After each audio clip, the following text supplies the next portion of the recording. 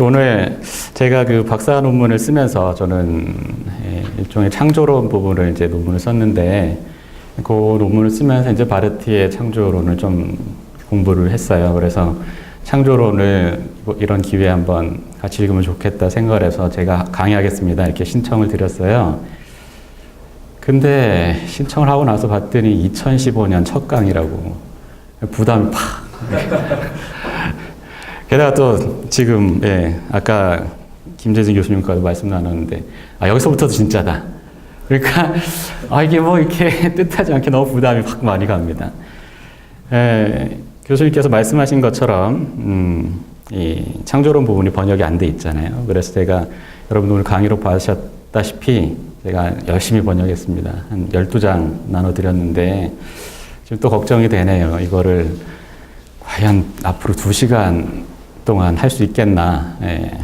한번 열심히 해보죠. 열심히 해보고 안 되면 안 되는 걸로. 창조론입니다. 한번 보시면 일단 개관을 하자면요, 9장 창조의 사역 돼 있고, 이제 패러그래프 40에서 창조자 하나님에 대한 신앙, 그다음에 41 창조와 계약, 그리고 42 창조자 하나님의 긍정, 이렇게 돼 있습니다. 제가 할 거는 이제 40과 41에서 이제 1절 창조 역사 이렇게 해서 103페이지까지 살펴볼 겁니다. 너무 양이 많기 때문에, 그리고 좀 복잡한 말들도 나오고, 물론 여러분들이 그동안 강의들을 들으시면서 아마도 대강의 혹은 핵심적인 내용들을 다 알고 계시리라 생각이 되지만, 요 창조론 부분이 좀 복잡한 얘기도 많고 해서요, 간단하게 여기서 나오는 얘기가 주요한 핵심이 뭐냐 하는 걸 먼저 간단하게 제가 말씀을 드리면 좋겠다 싶어요. 사실 창조론이라고 한다면요, 20세기 후반기 신학에 있어서 이제 개신교 신학의 특징을 드러내는 것 중에 하나예요. 그러니까 20세기 후반 이후 신학의 아주 도드라졌던 특징이 창조론이 굉장히 많이 이야기되고 있다는 거예요. 창조론의 르네상스가 일어나게 됐는데, 이제 바로 그것과 이제 관련해서 이제 바르트가 어떤 기여를 할 수 있을까? 제가 볼 때는요, 바르트의 창조론을 잘 살펴보면, 현대 20세기 후반 이후의 창조론이, 현대 신학에서 나오는 창조론이 가지고 있는 약점들이 바르트에 의해서 이미 극복이 되고 있다. 그런 생각을 합니다. 뭐냐면, 창조론에서, 그러니까 창조신학, 20세기 후반의 창조신학에서 창조신학이 이렇게 드러나게 된 이유가 뭐냐, 발전하게 된 이유가 뭐냐 하면, 주로는요, 생태계 파괴라는 이 환경 문제 때문에, 우리가 하나님의 창조 세계를 뭔가 좀 잘 살펴봐야겠다. 이런 동기가 하나 있고요. 또 하나는 이제 현대 자연과학이 발달하면서 그 자연과학과 신학이 어떻게 좀 대화해 봐야 되지 않겠느냐. 이런 동기 때문에 좀 창조 신학이 굉장히 이렇게 융성하게 됐습니다. 그리고 지금도 그렇고요. 근데 그런 것들을 볼 때 제가 늘 약간 안타깝거나 약간 약점이다라고 느끼는 게 뭐냐면 그것들이 특히나 자연과학과에 대화 같은 경우는 그게 필요한 이야기이긴 한데 근데 성서와 기독교 신앙의 창조 신앙이 가지고 있는 핵심적인 내용을 자칫 간과하고 있는 경우들이 상당히 많다라고 느껴질 때도 있습니다. 왜냐하면 계속 자연과학과 대화를 하다 보니까 이제 너무 자연과학적인 얘기만 많이 하게 되는 거죠. 그게 나쁘다는 게 아니라 그러다 보면 놓치는 부분인데 그게 뭐냐 하면 창조론을 기독교 창조론이 마치 우주의 발생에 대한 하나의 기독교적 이론인 것처럼 이렇게 이야기되는 성향이 있는 거죠. 그런데 그때 놓치는 게 뭐냐면 바로 그것이 우리의 구원과 어떤 관계가 있느냐. 하나님의 창조가 우리의 구원과 어떤 관계 혹은 창조가 예수 그리스도와 어떤 연관 속에서 이야기되어져야 하는가 하는 것들이 종종 놓쳐지곤 합니다. 그런데 바르트가 자신의 창조론에서 하고 있는 이야기들의 핵심은 뭐냐 하면 창조와 예수 그리스도를 아주 완전히 긴밀히 연결해서 이렇게 이야기하고 있어요. 이분은 이게 이제 창조론을 잇는 근본적인 눈이다라고 보는 겁니다. 그래서 여기에도 보시다시피 창조, 자 40절 보시면요. 창조자 하나님에 대한 신앙이라고 되어 있어요. 창조론은 하나의 신앙에 대한 것, 예수 그리스도에 대한 신앙, 그것과 긴밀히 결합이 되어서 읽혀져야 한다라는 이야기를 이제 여기서 하고 있습니다.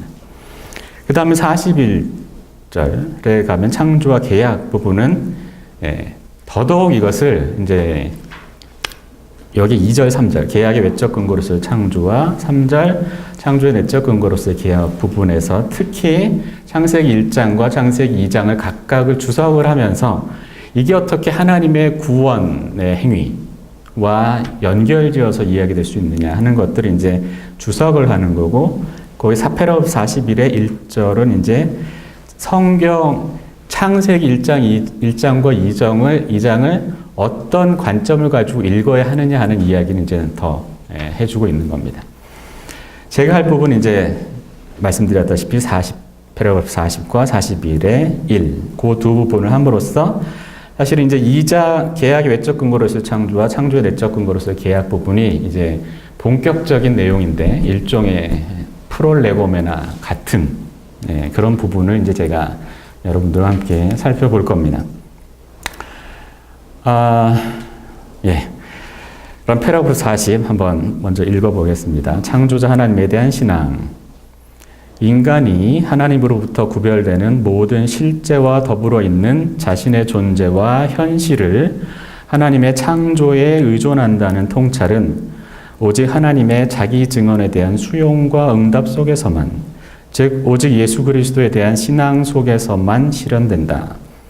예수 그리스도 안에서 실현된 창조자와 피조물에 대한 인식 안에서, 그리고 예수 그리스도를 통해 중재되어진 오늘의 생명 안에서, 자신의 피조물을 향한 창조자의 권한 아래에서, 그리고 창조자의 선하심에 대한 경험 가운데에서. 바르트가 늘 교회 교육에 하다시피 이렇게 일단 명제를 탁 올려놨습니다. 자, 그러면 이게 뭘 얘기할 거냐? 자세히 읽어보면요. 창조론에서 지금 우리가 하는 이야기가 뭐냐? 조금 더 살펴보면 인간이 하나님으로부터 구별되는 모든 실제와 더불어 함께 존재하고 그리고 어떤 현실을 가지고 있다. 조자인이라는 말을 제가 마땅히 좋은 번역이 생각이 나서 현실이라고 번역을 했는데 나자인은 여기에 그렇게 있다라는 거예요. 특정한 존재로서 있다는 것과 그 다음에 조자인은 그렇게 있다는 거죠. 존재할 뿐만 아니라 어떤 독특한 특성을 가진 채로 있다. 그런데 뭐와 함께 있느냐? 다른 모든 하나님과는 다른 실제들과 함께 존재하고 또 자신의 고유한 특성을 가진 바로서 인간이 있는데, 근데 그렇게 있는 게 어떻게 해서 있게 되었느냐면 하나님의 창조에 의해서 있게 되었다. 그래서 우리는 하나님의 창조에 의존해서 지금 이 상태로 있게 되었다라는 통찰, 그것이 어디서 오느냐? 하나님의 자기 증언에 대한 수용과 응답. 하나님께서 자기 자신을 알려주셨는데 그것을 수용하고 거기에 창조적으로 이렇게 응답 혹은 신앙적으로 응답하는 가운데서만 온다. 즉 그게 어디서 일어났냐? 예수 그리스도에 대한 신앙 속에서만 실현된다. 자, 우리가 이게 굉장히 사실 특이한 내용입니다. 여러분들이 성경의 창세기 1장 2절을 보면 거기에 뭐 예수 그리스도의 얘기가 전혀 없잖아요. 성경에서 교회에서 보통 대체로 하는 얘기가 자, 이게 진짜로 이런 성경의 순서대로 창조가 된 거야. 되게 이렇게 혹은 창조과학회 비슷하게 이렇게 가르칠 때가 있는데 거기에 그런 걸 보면 예수에 대한 얘기와는 전혀 연관이 되지 않는 거예요. 실제로 이제 창조과학회 같은 데서도 창조 이야기를 예수 그리스도에 대한 신앙과 별로가 아니죠. 전혀 연결시켜서 이야기하지 않죠. 반면에 오늘날 창조 신학을 하는 분들도 창조 이야기를 예수 그리스도와 별로 연관시키지 않아요. 굉장히 낯선 이야기예요. 그런데 그 창조를, 하나님의 창조를 우리가 제대로 이해하려면 예수 그리스도와 결부시켜서 이해를 해야, 그래야 된다. 이게 아주 대단한 명제를 지금 내세우고 있는 겁니다. 특히나 그 창조, 이걸 조금 좀 편하게 얘기를 하자면, 우리 보통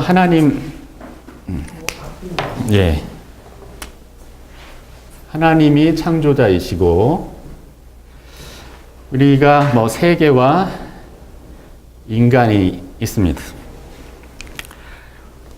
보통 뭐 우리 쉽게 얘기하잖아요. 그런데 우리가 하나님에게, 이 창조자에게 의존해 있다. 이 사실을 아는 게 창조신앙이에요. 그런데 그걸 어떻게 알 수 있느냐 하면 예수 그리스도 그 안에 나타난 하나님의 자기 증언을 볼므로써 그 사실을 우리가 더 명확하게 알게 된다는 겁니다. 일단 명제니까 그 정도로 얘기하죠. 나중에 얘기될 겁니다. 자, 그래서 예수 그리스도 안에서 실현된 창조자와 피조물에 대한 인식, 그리고 예수 그리스도를 통해 중재되죠. 오늘의 생명. 우리 안에 생명을 가지고 있는데 그 안에서 그 다음에 자신의 피조물을 향한 창조자의 권한 아래에서 그리고 창조자의 선하심에 대한 경험 가운데 이 부분은 뭐냐면 요 점 땡땡 찍고 이거는 신앙이란 무엇이냐. 그러니까 창조자에 대한 신앙이 우리 인간 안에서 무엇을 촉발시키느냐, 어떤 내용을 가지고 있느냐 하는 것들을 가지고 얘기하고 있는 거예요. 그러니까 창조에 대한 창조 신앙이 뭐냐? 예수 안에서 창조자와 피조물 사이의 관계가 알려진다. 그 다음에 그 안에서 예수를 통해서 우리가 오늘날 생명을 얻게 되었다는 인식. 그 다음에 하나님이 우리의 피조물이니까 우리에게 대해서 어떤 권한을 가지고 있다는 사실을 우리가 아는 것. 그리고 하나님이 우리를 만드신 분이시기 때문에 또한 선하신 분이시다라는 사실 우리가 아는 것, 그것이 우리가 신앙의 내용입니다. 창조자에 대한 신앙이 내용으로 가지고 있는 게 이러이러한 것들이다라는 겁니다. 그러면 이제 구체적으로 이 명제를 어떤 방식으로 설명을 하냐라고 할 때 바르트가 시작하기로는 사도신경의 첫 번째 명제, 그러니까 나는 전능하신 아버지 하나님, 하늘과 땅의 창조자를 믿습니다라는 이 명제를 설명하면서 기독교적인 창조 신앙이 무엇인가 이거를 이제 이야기를 하고 있어요. 한번 읽으면 이 명제, 나는 전능하신 아버지 하나님, 하늘과 땅의 창조자를 믿습니다. 이것이 가장 단순하면서도 가장 포괄적인 형태로 나타나는 창조에 대한 기독교 교회의 가르침이다. 자, 그런데 이걸 다시 설명해 줘요. 이게 무슨 뜻일까? 이야기하는 게 뭐냐면, 첫째, 이 내용이 하나님과 구별되는 다른 실제에 대해 이야기하고 있다는 겁니다. 자, 하늘과 땅을 만드신 하나님에 대해서 하나님 아버지를 믿습니다 했는데 무슨 얘기를 하고 있느냐? 첫째, 하나님이 계시다는 것. 그 다음에 둘째, 하나님과는 다른 실제가 있다는 것. 그런데 하나님과 다른 실제는 무엇으로 구성되어 있느냐? 하늘과 땅, 곧 세계이죠. 예, 그것에 대해서 이야기하고 있다라는 거예요. 이 이야기는 또 무슨 뜻이냐면 전능하신 분이자 아버지이신 하나님이 홀로 계시지 않고 대신에 자기와 다른 모든 실제를 자기 앞에 자기와 더불어 자기 곁에 두기로 하시고 그래서 그 모든 것의 존재와 특수한 현실을 주기로 하셨다는 게 기독교 사도신조의 제1신조가 이야기하는 아주 중대한 핵심적인 내용이다.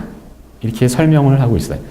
자, 하나님이 계시고 하나님과는 다른 존재가 있는데 이게 있도록 하기를 하나님이 원하셨다. 자기 홀로 있기를 원치 않으시고 원래 하나님은 홀로 계시잖아요. 스스로 계시고 자족하고 그래서 혼자 있어도 뭐 아쉬울 게 없는 분인데 이분이 그러기를 원치 않고 자기와는 다른 존재를 두기로 하셨다. 그것도 자기 앞에, 자기와 함께, 자기 곁에. 그리고 그러한 자기와는 다른 것의 존재만 아니라 그게 그렇게 특수한 방식으로 있도록 하셨다는 이야기를 사도신경의 제 첫 번째 신조가 이야기하고 있다. 이렇게 깊은 뜻이 있는지 몰랐어요. 전능하사 선지를 만드신 하나님 아버지를 믿습니다. 우리 맨날 고백하잖아요. 근데 이렇게 깊은 뜻이 있다는 사실을 이제 이게 핵심적인 내용이야 설명을 해주고 있는 겁니다.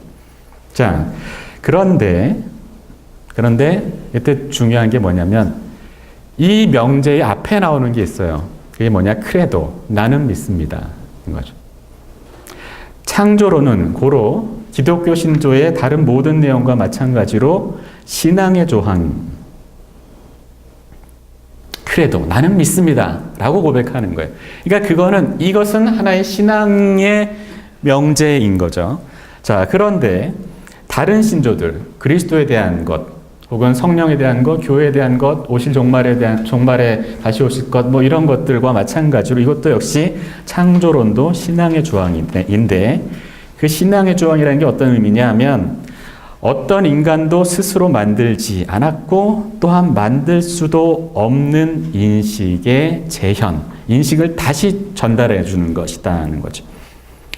자, 인간은 이것을 하나님이 자기와는 다른 실제를 자기 앞에 혹은 자기 곁에 두기로 하셨다는 그 사실을 어디서 아느냐? 신앙 안에서만 우리는 구현할 수 있다. 근데 그게 뭐냐? 그 신앙이란 뭐냐면 하나님께서 자기를 증언해 주신 그 내용을 수용하고 거기에 내가 이렇게 응답하는 거죠. 그럴 때에 신앙이 이렇게 실현되는 거예요. 그러니까 이 신앙이라는 것은 단지 교회가 오랫동안 가르쳐 왔던 것을 오케이, 그런가 봐 라고 받아들이는 게 아니라 그렇게 전달되어진 것에 대해서 내가 응답하는 거죠. 그렇게 응답하는 것이 창조 신앙이다. 이 바르티 얘기입니다. 자, 그렇기 때문에 창조론은 신앙의 인식이고 창조론의 모든 내용은 신앙론이다. 자, 그럼 이게 무슨 뜻이냐? 이제 계속 이분이 얘기하고 계속 설명해 가는 거예요. 차근차근. 자, 창조론이 신앙론이고 따라서 창조론의 내용은 비밀이다. 이게 3페이지에 나오는 내용인데 요 패러그래프 40은 거의 모두 다 이제 이 명제에 대한 설명이다라고 저는 생각해도 괜찮은 것 같습니다. 자, 창조론의 신앙론이라는 게 소극적으로는 어떤 의미가 있느냐, 혹은 어떤 이유고 어떤 의미냐 하자면 첫 번째, 자, 이게 무슨 뜻을 가지고 있느냐 하면, 자, 하나님이 하늘과 땅, 인간을 창조했다라는 문장 혹은 명제는 아까 얘기했던 것처럼 하나님으로부터 구별되는 이 실제가 존재한다는 사실을 의미한다.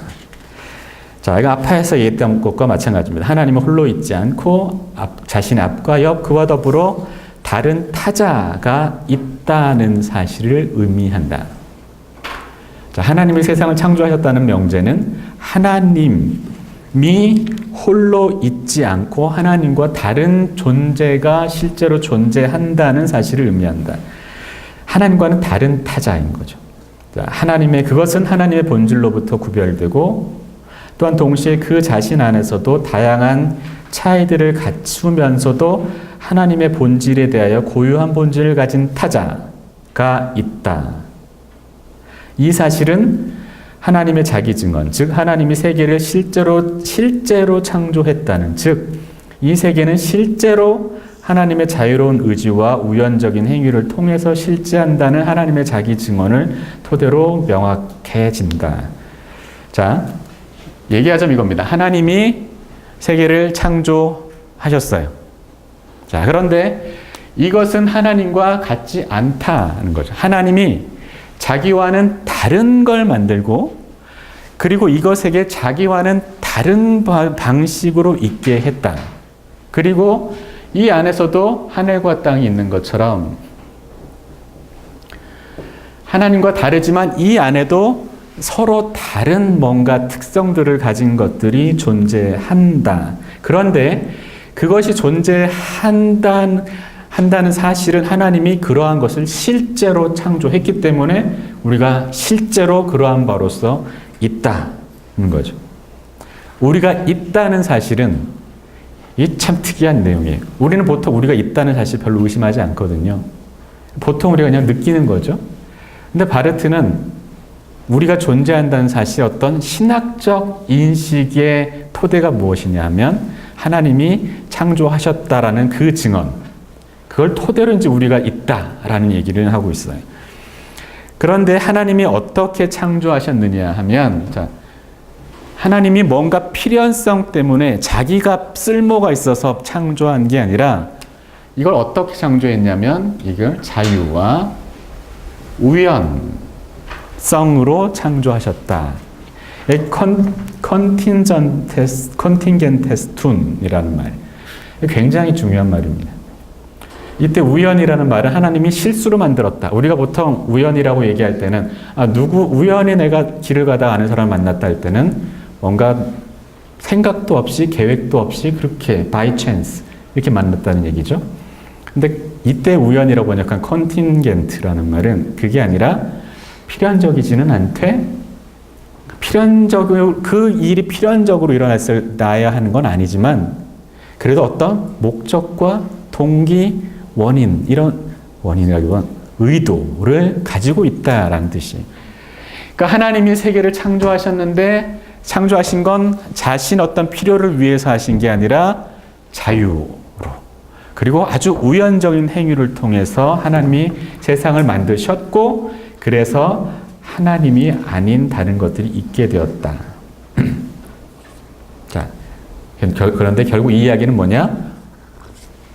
하나님이 홀로 있지 않고 자신이 아닌 다른 것들을 만들었다. 자, 그 다음, 이거 무슨 뜻이냐? 하나님이 하늘과 땅, 인간을 창조했다는 말은 또 다른 말로 하면 하나님만 홀로 있는 것이, 홀로 있지 않으신 게 아니고 우리도, 이 세계 역시도 홀로 있지 않다는 것을 의미한다. 자, 하나님이 존재하지 않았다면, 그리고 하나님에 의해 존재하게 되지 않았다면 이 세계는 존재하지 않았을 것이다. 따라서 세계는 자신의 존재와 현실에 대해 권한을 가지지 않는다.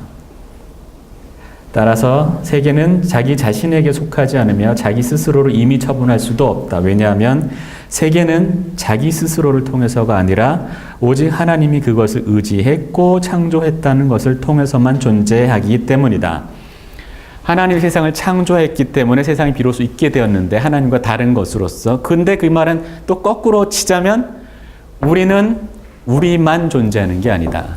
세계와 인간은 하나님 없이 홀로 내팽개쳐져 있는 것이 아니라 하나님 앞에, 하나님과 더불어 하나님 곁에, 그리고 우리를 만드신 그 하나님의 손길에 사로잡혀 있다.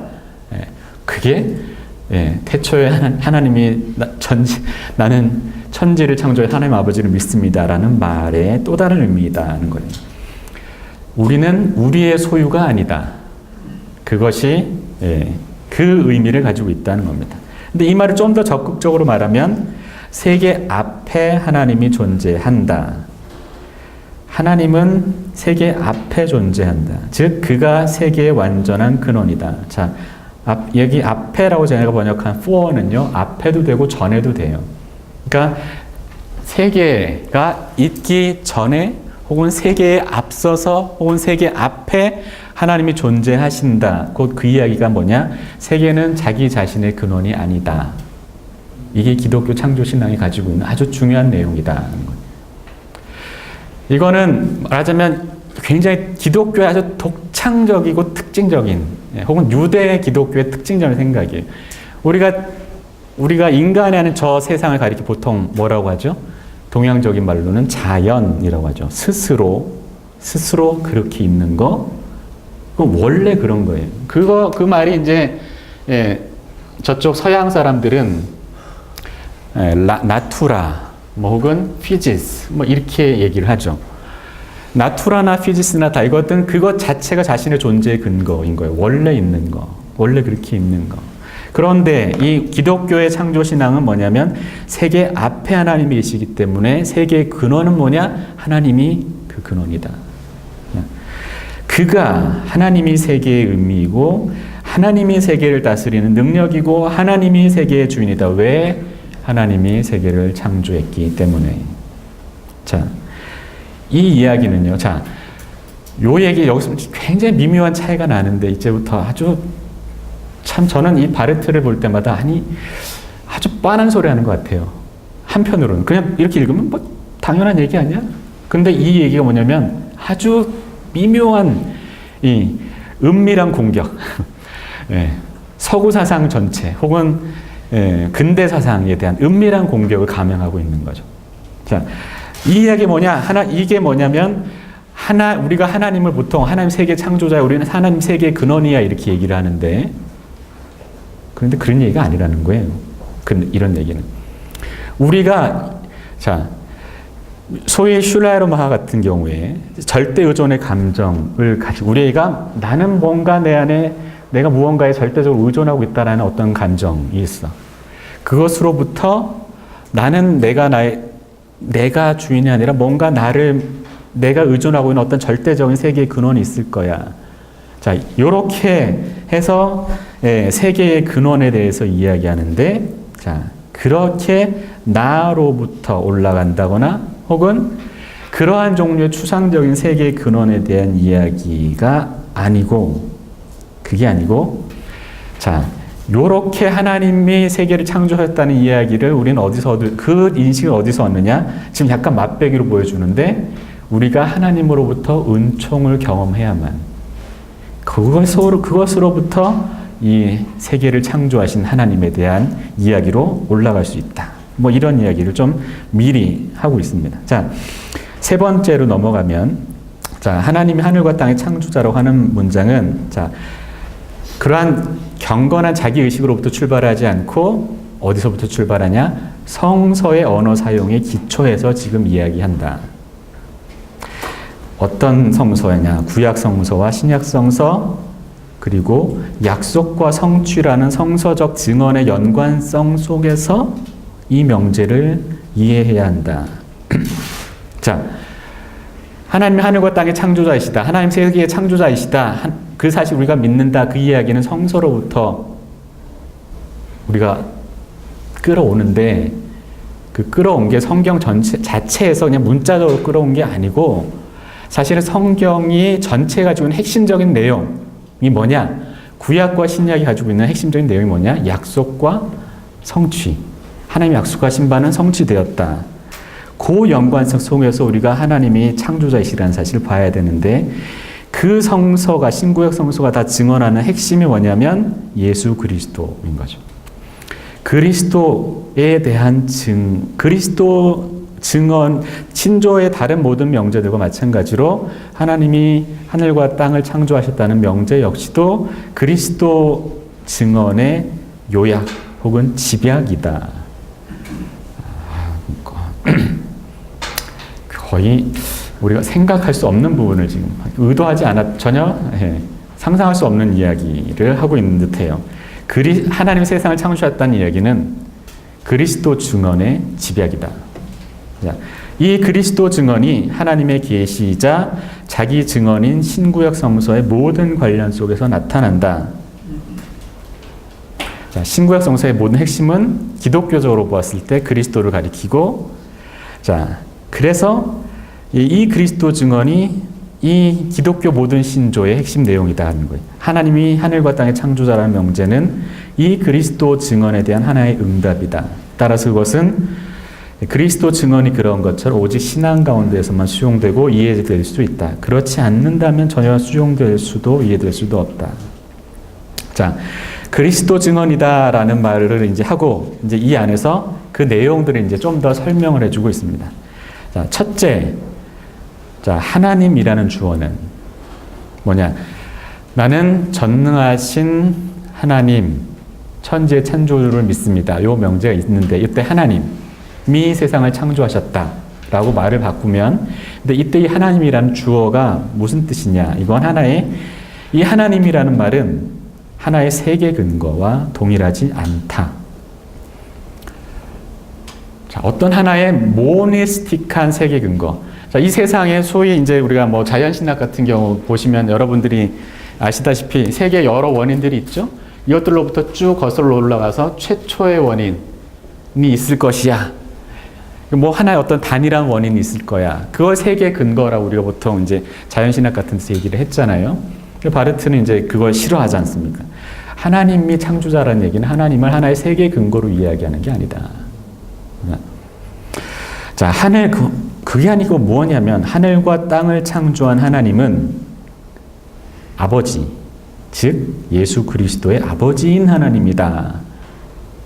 이게 기독교적인 창조신앙의 핵심이다. 첫 번째 핵심. 자, 그런 바로서 하나님은 영원한 나으심 속에서 성령을 통하여 자신의 아들 가운데에서 자기 스스로를 정립하시는 분이시며, 따라서 그 어떤 경우에도 외부로부터 다른 무엇으로부터 정립되어진 자가 아니다.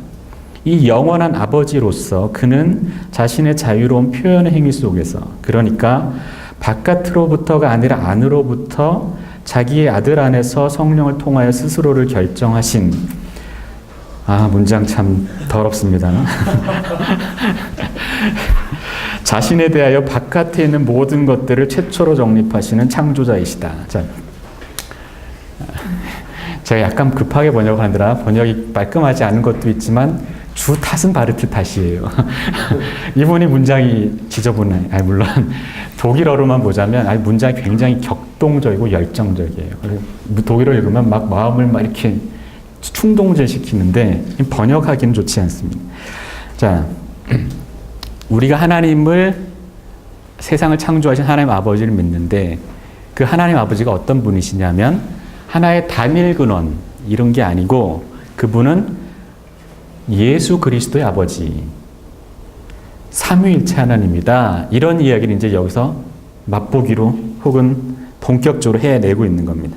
하나님은 예수 그리스도의 아버지인 하나님이다. 자, 이 하나님이 누구냐 하는 정의는, 그러니까 하나님의 정체성이 무엇이냐 하는 건 고로 삼위일체 하나님의 내적 삼위일체를 설명하면서 지금 얘기하고 있어요. 삼위일체로는 앞에서 여러분들 하셨으니까.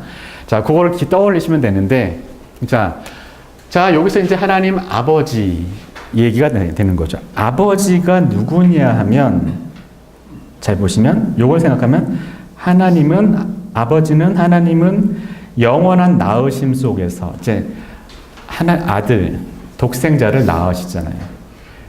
그 영원한 나으심 속에서 성령을 통해서 자신의 아들 가운데 자기 스스로를 정립하시는 분이다.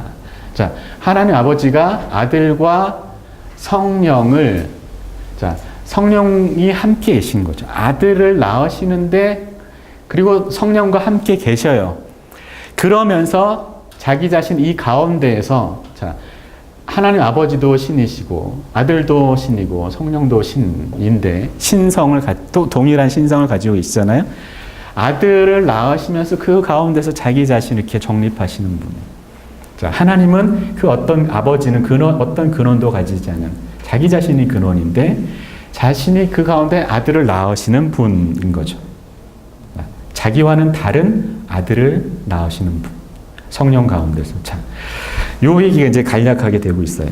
자, 그런데 이 영원한 아버지가 자신의 자유로운 오이서롱이란 말은 표현 혹은 외화 이렇게도 할 수 있는데 표현, 자기를 바깥으로 이렇게 드러낸다는 거죠. 이 하나님이 바깥으로 자기를 드러내는 거예요. 그러니까 자기 바깥에 어떤 외적 요인이 있어서가 아니라 자기 자신으로부터 바깥을 향하여 그러니까 안으로부터 바깥을 향하여 무언가를 하기로 결정하셨어요. 자기의 아들 안에서 성령을 통하여서 결정하셨어요. 뭘 결정하셨을까요? 옛날에 했던 거, 여러분들 예정론이라든지 보면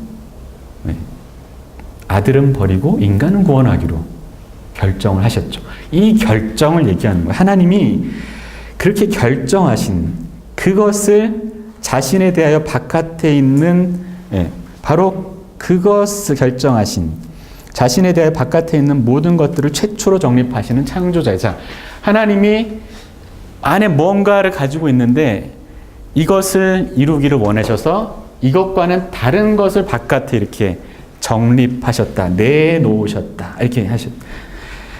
자, 그래서 이 하나님이 창조자이시다는 거죠. 하나님이 자기 안에 있는 거를 자기 바깥에 처음으로 내세우는. 자, 그 창조자이시다. 그런 의미에서 하나님이 창조자이시다는 거예요. 자, 그리고 바로 이 영원한 아버지로서 그리고 이 방식으로만 그는 스스로를 창조자로서 계시하신다.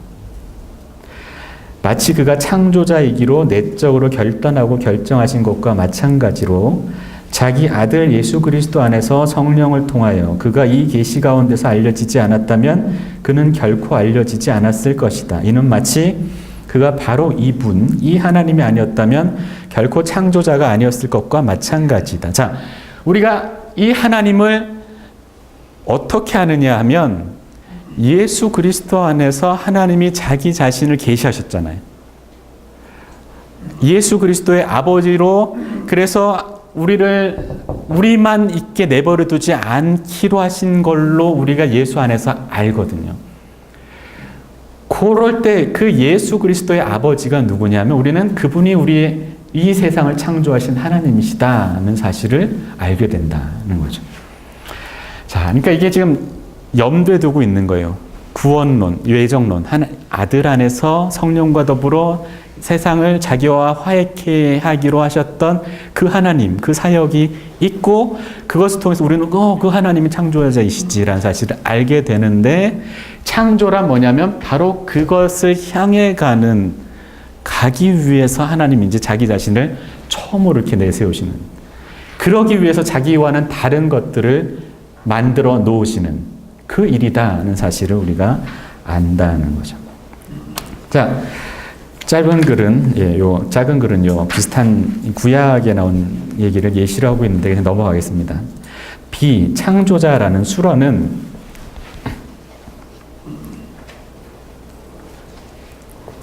무엇보다도 창조는 하나의 사건, 하나의 실현된 행위를 그 안에 함축한다는 것을 말한다. 자, 하나님이 창조하셨다는 건데, 자, 창조자는, 크레아토어, 창조자는 존재하지 않고, 자, 이게 다 존재 유비에 대한 비판이죠. 하나님은 그냥 존재의 근원으로서 존재하시는 게 아니고, 그러니까 하나님이 존재하신다고 믿는 게 별로 좋은 믿음이 아니에요. 하나님이 존재하신다고 믿는 게 좋은 믿음이 아니야. 하나님은 존재하지 않고 무언가를 행한다. 하나님은 끊임없이 act, 독일어는 한들롱 혹은 act, 행위하시는 분인 거죠. 하나님은 창조하신다. 그리고 창조하셨다. 크레아빗. 그는 창조를, 크레아치오를 실현한다. 자, 이게 다 굉장히 동사적인 표현이에요. 그러니까 하나님 계속 뭔가 행하신다는 걸 설명하고 있는 거죠. 자, 하나님은 크레아토고요. 이것들은 하나님에 의해서 만들어진 크레아치오인데 하나님께서 이것들을 계속 크레아레 혹은 창조하시는데 이미 창조하셨어요. 처음에. 자, 태초에 하나님 세계를 창조하셨다. 자, 이름으로써 하나님은 창조하심으로써 피조물이 있도록 계속 행위하신다는 것. 자, 자, 하나님이 하늘과 땅을 창조하셨다는 문장에 담겨있는 완료형은 그 안에 사실상 현재형을 내포하고 있고, 그래서 창조의 시작을 중단시키는 게 아니라, 그러니까 창조가 한번 되고 하나님 더 창조 안 하시는 게 아니고 오히려 하나님의 창조가 지속되고 있다는 사실을 이야기한다. 그래서 창조자는 창조자로 머물고 그런 바로서 피조물에게 내재한다. 자, 이게 굉장히 중요한 내용입니다. 우리가 창조자 하나님을 믿는다라고 할 때는 하나님이 세계의 근원이다라고 믿는다 이런 얘기가 아니라 하나님이 창조하신 게 혹은 예전에 태초에 창조하시고 지금 이렇게 잠깐 휴가를 가셨다거나 뭐 이런 게 아니고 지금도 지속적으로 창조하고 계시다는 거예요. 하나님은 그럼으로써 창조자이시다. 지금도. 지금 존재하는 모든 것들은 여전히 하나님의 창조의 행동, 활동, 그것에 의해서 있게 되는 거예요. 그런데 하나님은 그러한 자신의 활동을 통해서 피조물과 함께 피조물에게 내재해 계시다는 겁니다. 이 내용은 사실 굉장히 중요한 내용이에요. 뭐냐면 현대 신학에서 신론이 피조물 가운데 있는 하나님의 내재성을 굉장히 강조하는 성향이 있어요.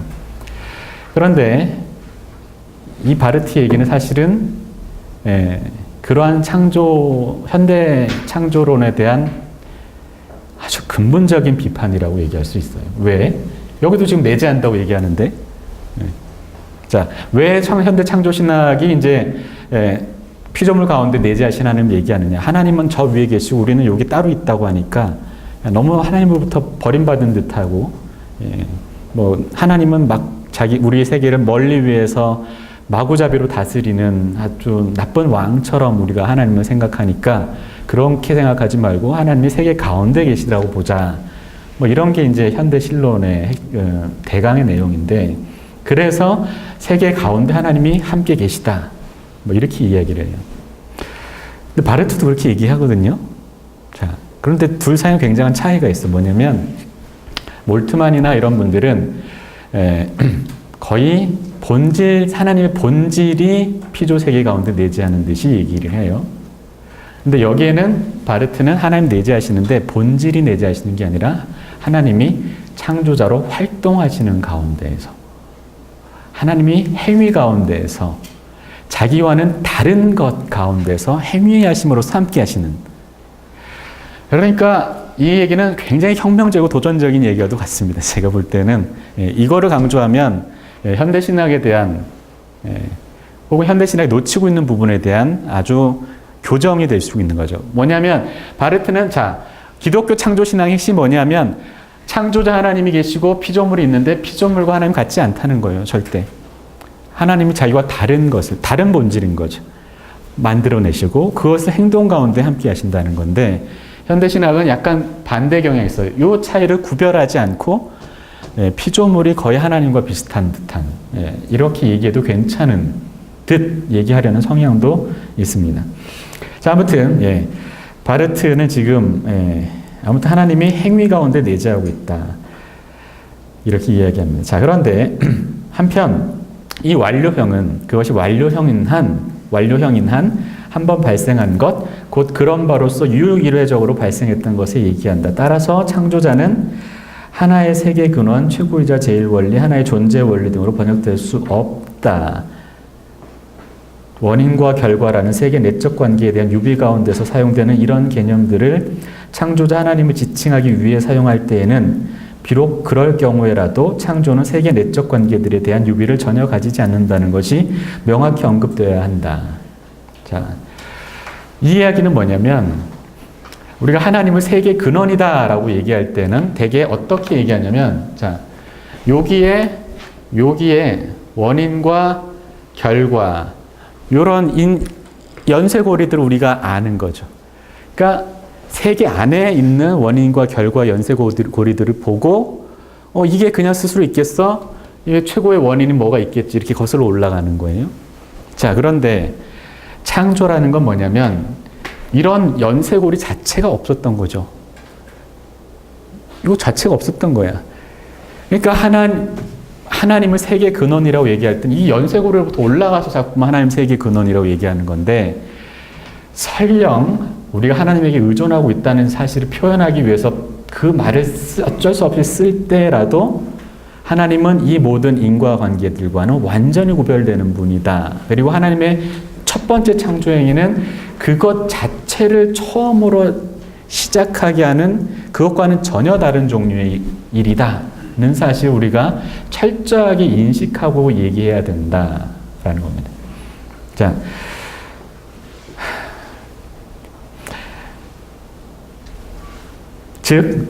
그런데 창조는 우리에게 알려진 그 어떤 토대 및 원인과는 달리 하나님의 행위, 즉 아버지를 통한 아들의 영원한 출생, 그러니까 하나님의 내적 삶 자체 안에 진정한 비교점을 가지지 결코 피조물의 삶 속에서 참된 유비를 가지지 않는다. 하나님이 자기 자신의 실제 바깥에 자기의 하나님 되심을 구성하는 행위로서 자신의 고유한 실존의 비밀과 자신의 고유한 본질을 형성하는 것에 상응하는 것을 의지하고 구현하셨다는 사실, 그것이 창조의 역사적 비밀이다. 자, 이게 무슨 뜻인지 아시겠어요? 이게 말이야 뭐냐 그랬대. 자, 무슨 얘기냐면, 자, 하나님이 세상을 창조하셨다. 그때 우리가 보통 그 얘기를 할 때 우리가 보통은 이 인과관계를 가지고 뭔가 하나님이 뭐 어떤 이 안에 어떤 원인과 결과가 있어서 만드신 게 아닌가 이런 생각들을 하게 되는데, 그런 거는 없다는 거죠. 그건 어디까지나 요 세계 안에 있는 법칙들인 거고, 세계를 세계를 이전에 하나님이 홀로 계실 때는 그런 법칙 같은 게 없었던 거죠. 그럼 왜 하나님이 그러면 아무것도 없는 데서 그렇게 세계를 창조하셨는가? 라고 얘기한다면 그 안에서 우리가 발견할 수 있는 어떤 이유라는 건 뭐냐면, 하나님 아버지가 아들을 낳으시는 그 행위 외에는 뭔가 하나님 세계를 창조하셨던 그것과 유비될 만한 그런 건 없다는 거죠. 아까 말씀드린 것처럼 아버지가 아들을 낳으신 것처럼 이 창조자 하나님이 세계를 이렇게 자기와는 다른 것이 있게 하셨다. 그런데 굉장히 중요한 게 뭐냐면, 하나님이 세계를 창조하신 이 행위는 뭔가 하나님의 내적 삶과 상응한다는 거예요. 자, 상응. 여기에 상응. 이게 필기가 점점 지저분해지는데, 하나님이 세계를 창조하시는 일은 하나님 안에 아버지가 아들을 낳으시는 것과 유사한, 일치하는 것이다. 그게 창조의 역사적 비밀이다. 자, 창조는 그래서 창조는 하나님과 세계 사이의 관계를 가리킨다. 한편으로는 전적인 우월함과 지배를, 다른 한편으로는 전적인 의존의 관계. 자, 하나님과 세계, 창조자와 피조물 사이에는 전적으로 다른 관계가 있는 거예요. 둘 사이의 관계가 있지만 창조자는 다스리고 지배하고 우리는 하나님에게 의존해 있다는 사실을 아는 게 창조신앙의 핵심인 거예요. 그게 아니고 첫째 날, 둘째 날, 셋째 날 성경에 써 있는 대로 그대로 똑같이 창조하셨겠지라고 믿는 게 중요한 게 아니고, 전혀 다른 종류의 얘기죠. 지금 바르트 얘기는 그게 아니라 아버지가 아들을 낳으시듯 그 하나님이 우리를 낳으셨고 뭔가 자기와 유사한 부분을 만드셨는데 근데 완전히 달라. 그런데 우리는 바로 그 하나님이 창조하신 행위에 의존하기 때문에 우리 하나님과 우리의 관계는 서로 시메트리컬한 친구와 같은 그런 관계가 아니라 특수하게 다른 관계이다. 그걸 아는 게 창조신앙의 핵심적인 내용이다. 라는 겁니다. 잠깐 쉬었다 할까요? 지금 3페이지 중간에 그 창조자라는 수로 부분이 있어요. 제가 잘 몰라서 그런데 일단 창조자는 창조자를 머물고 라는 부분이 있지 않습니까? 따라서 창조자는 창조자를 머물고 그런 바로서 피조물에게 내재한다. 행위하면서 내재한다라고 되어 있는데 일단 두 가지 질문인데, 첫 번째는 여기서 이야기하는 창조자는 아버지로서 드러나신, 계시하시는 아버지 하나님을 이야기하시는 건지? 아니요, 여기서는 그런 건 아니에요. 삼위일체 하나님을 이야기하시는 건지? 여기서 일단 창조자만을 얘기하고 있죠. 예, 그걸 더 지금 이 문장을 말씀하시는 거니까 이 문장에서는 그 얘기는 하지 않고 창조자는 세계를 창조하셨는데 창조하고 은퇴해버린 은퇴자가 아니라 여전히 창조자이시다. 그게 주안점을 두고 네, 네, 네, 네. 그다음에 피조물에게 내재한다라고 했을 때 이 내재라는 의미가 사실 명확하게 들어오지는 않는데 이게 그 소위 뭐 제가 잘 알지는 못하지만은 내주라는 의미와 비슷하게 연결을 해서 논할 수 있는 내용이잖아요. 내주로 무엇을 말씀하고 계신가요? 내재라는 의미가 정확하게 무엇을 의미하는지를 자세히 모르겠어요. 피조물에게 내재한다라고 되어 있는데 네. 피조물에게 내재한다라는 말이 정확하게 연결이 안 되거든요. 네. 함께 계신다 정도로 보시면 되지 않을까요? 함께한다. 네. 이렇게 행위로서 함께하시는 하나님. 네. 이렇게만 이야기. 네. 이 같은 경우는요, 이제 루터 같은 경우도 얘기를 했어요.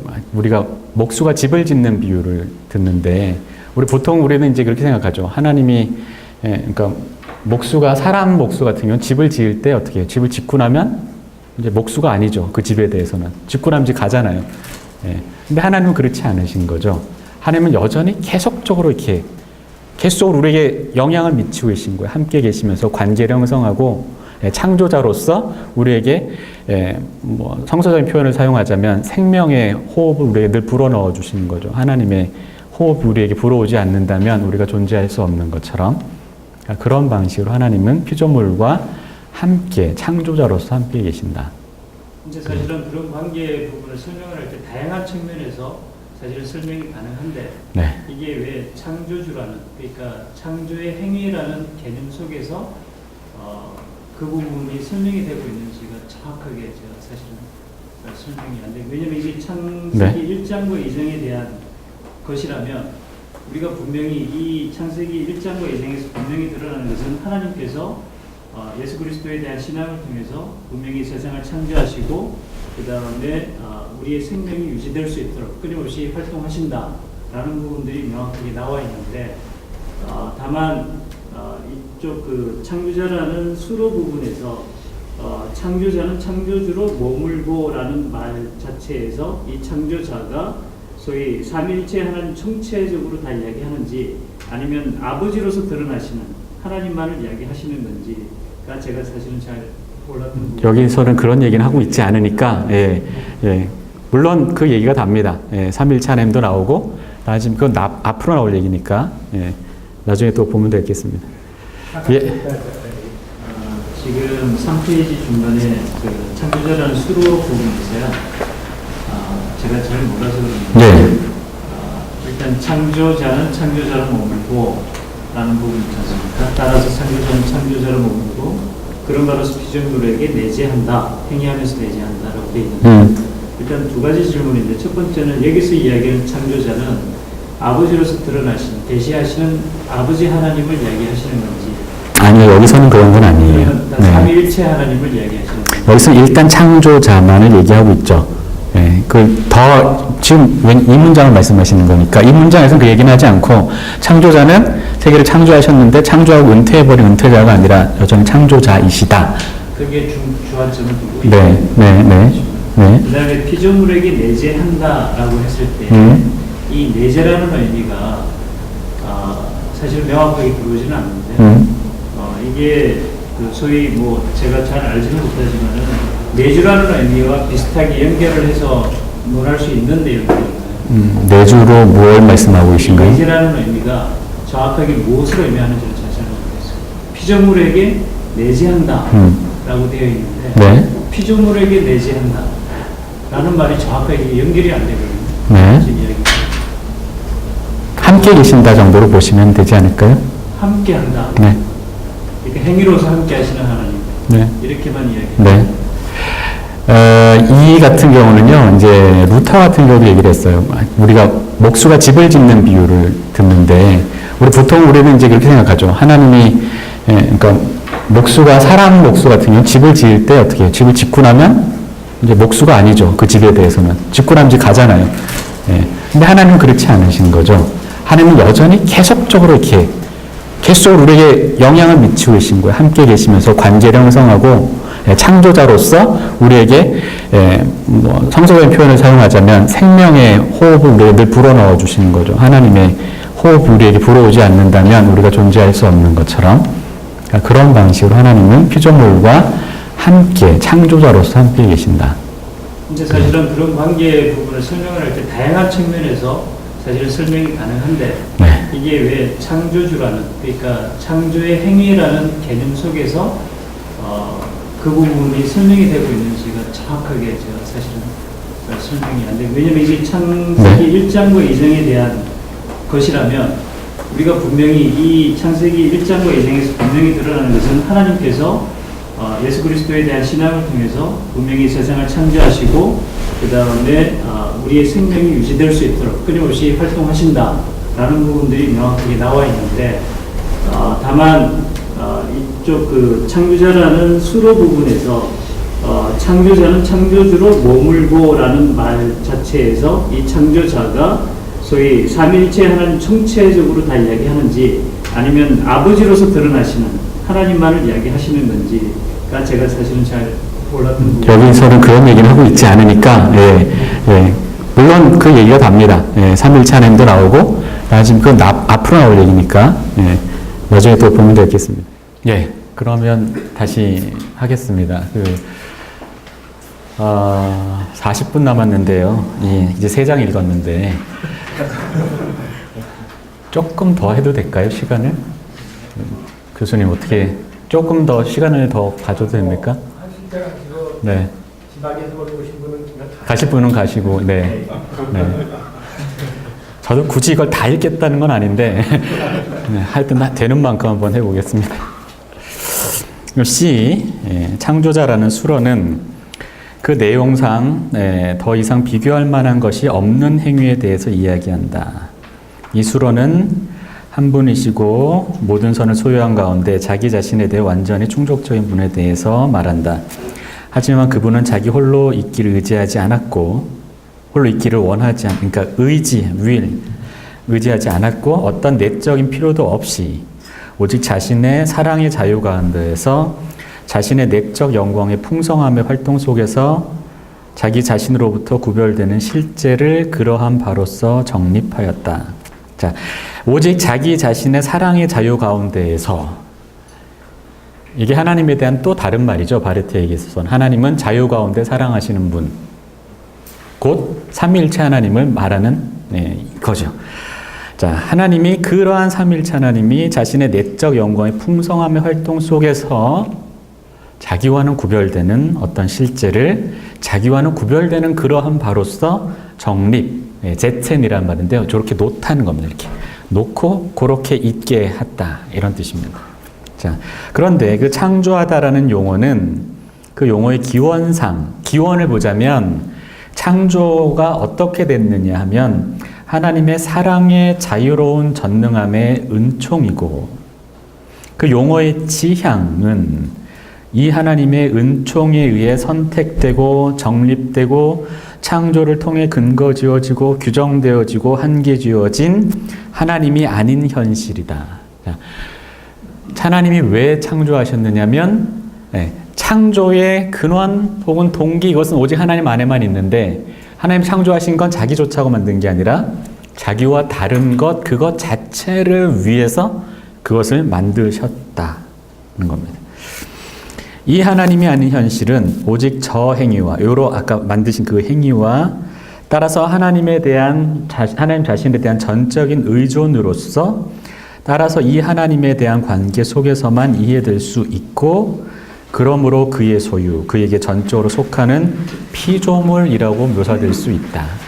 자, 그러니까 우리가 일상적으로 경험하는 인간을 포함한 다른 모든 실제들, 그것의 올바른 이름은 무엇이냐? 자연이 아니고 피조물이다. 자, 이렇게 이야기하는 겁니다.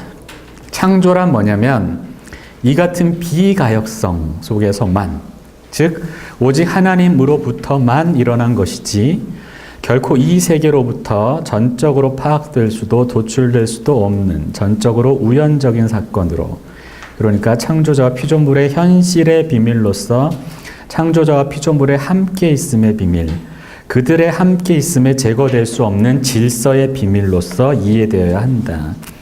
창조를 이해한다는 것은 하나님이 세상을 만드셨대더라.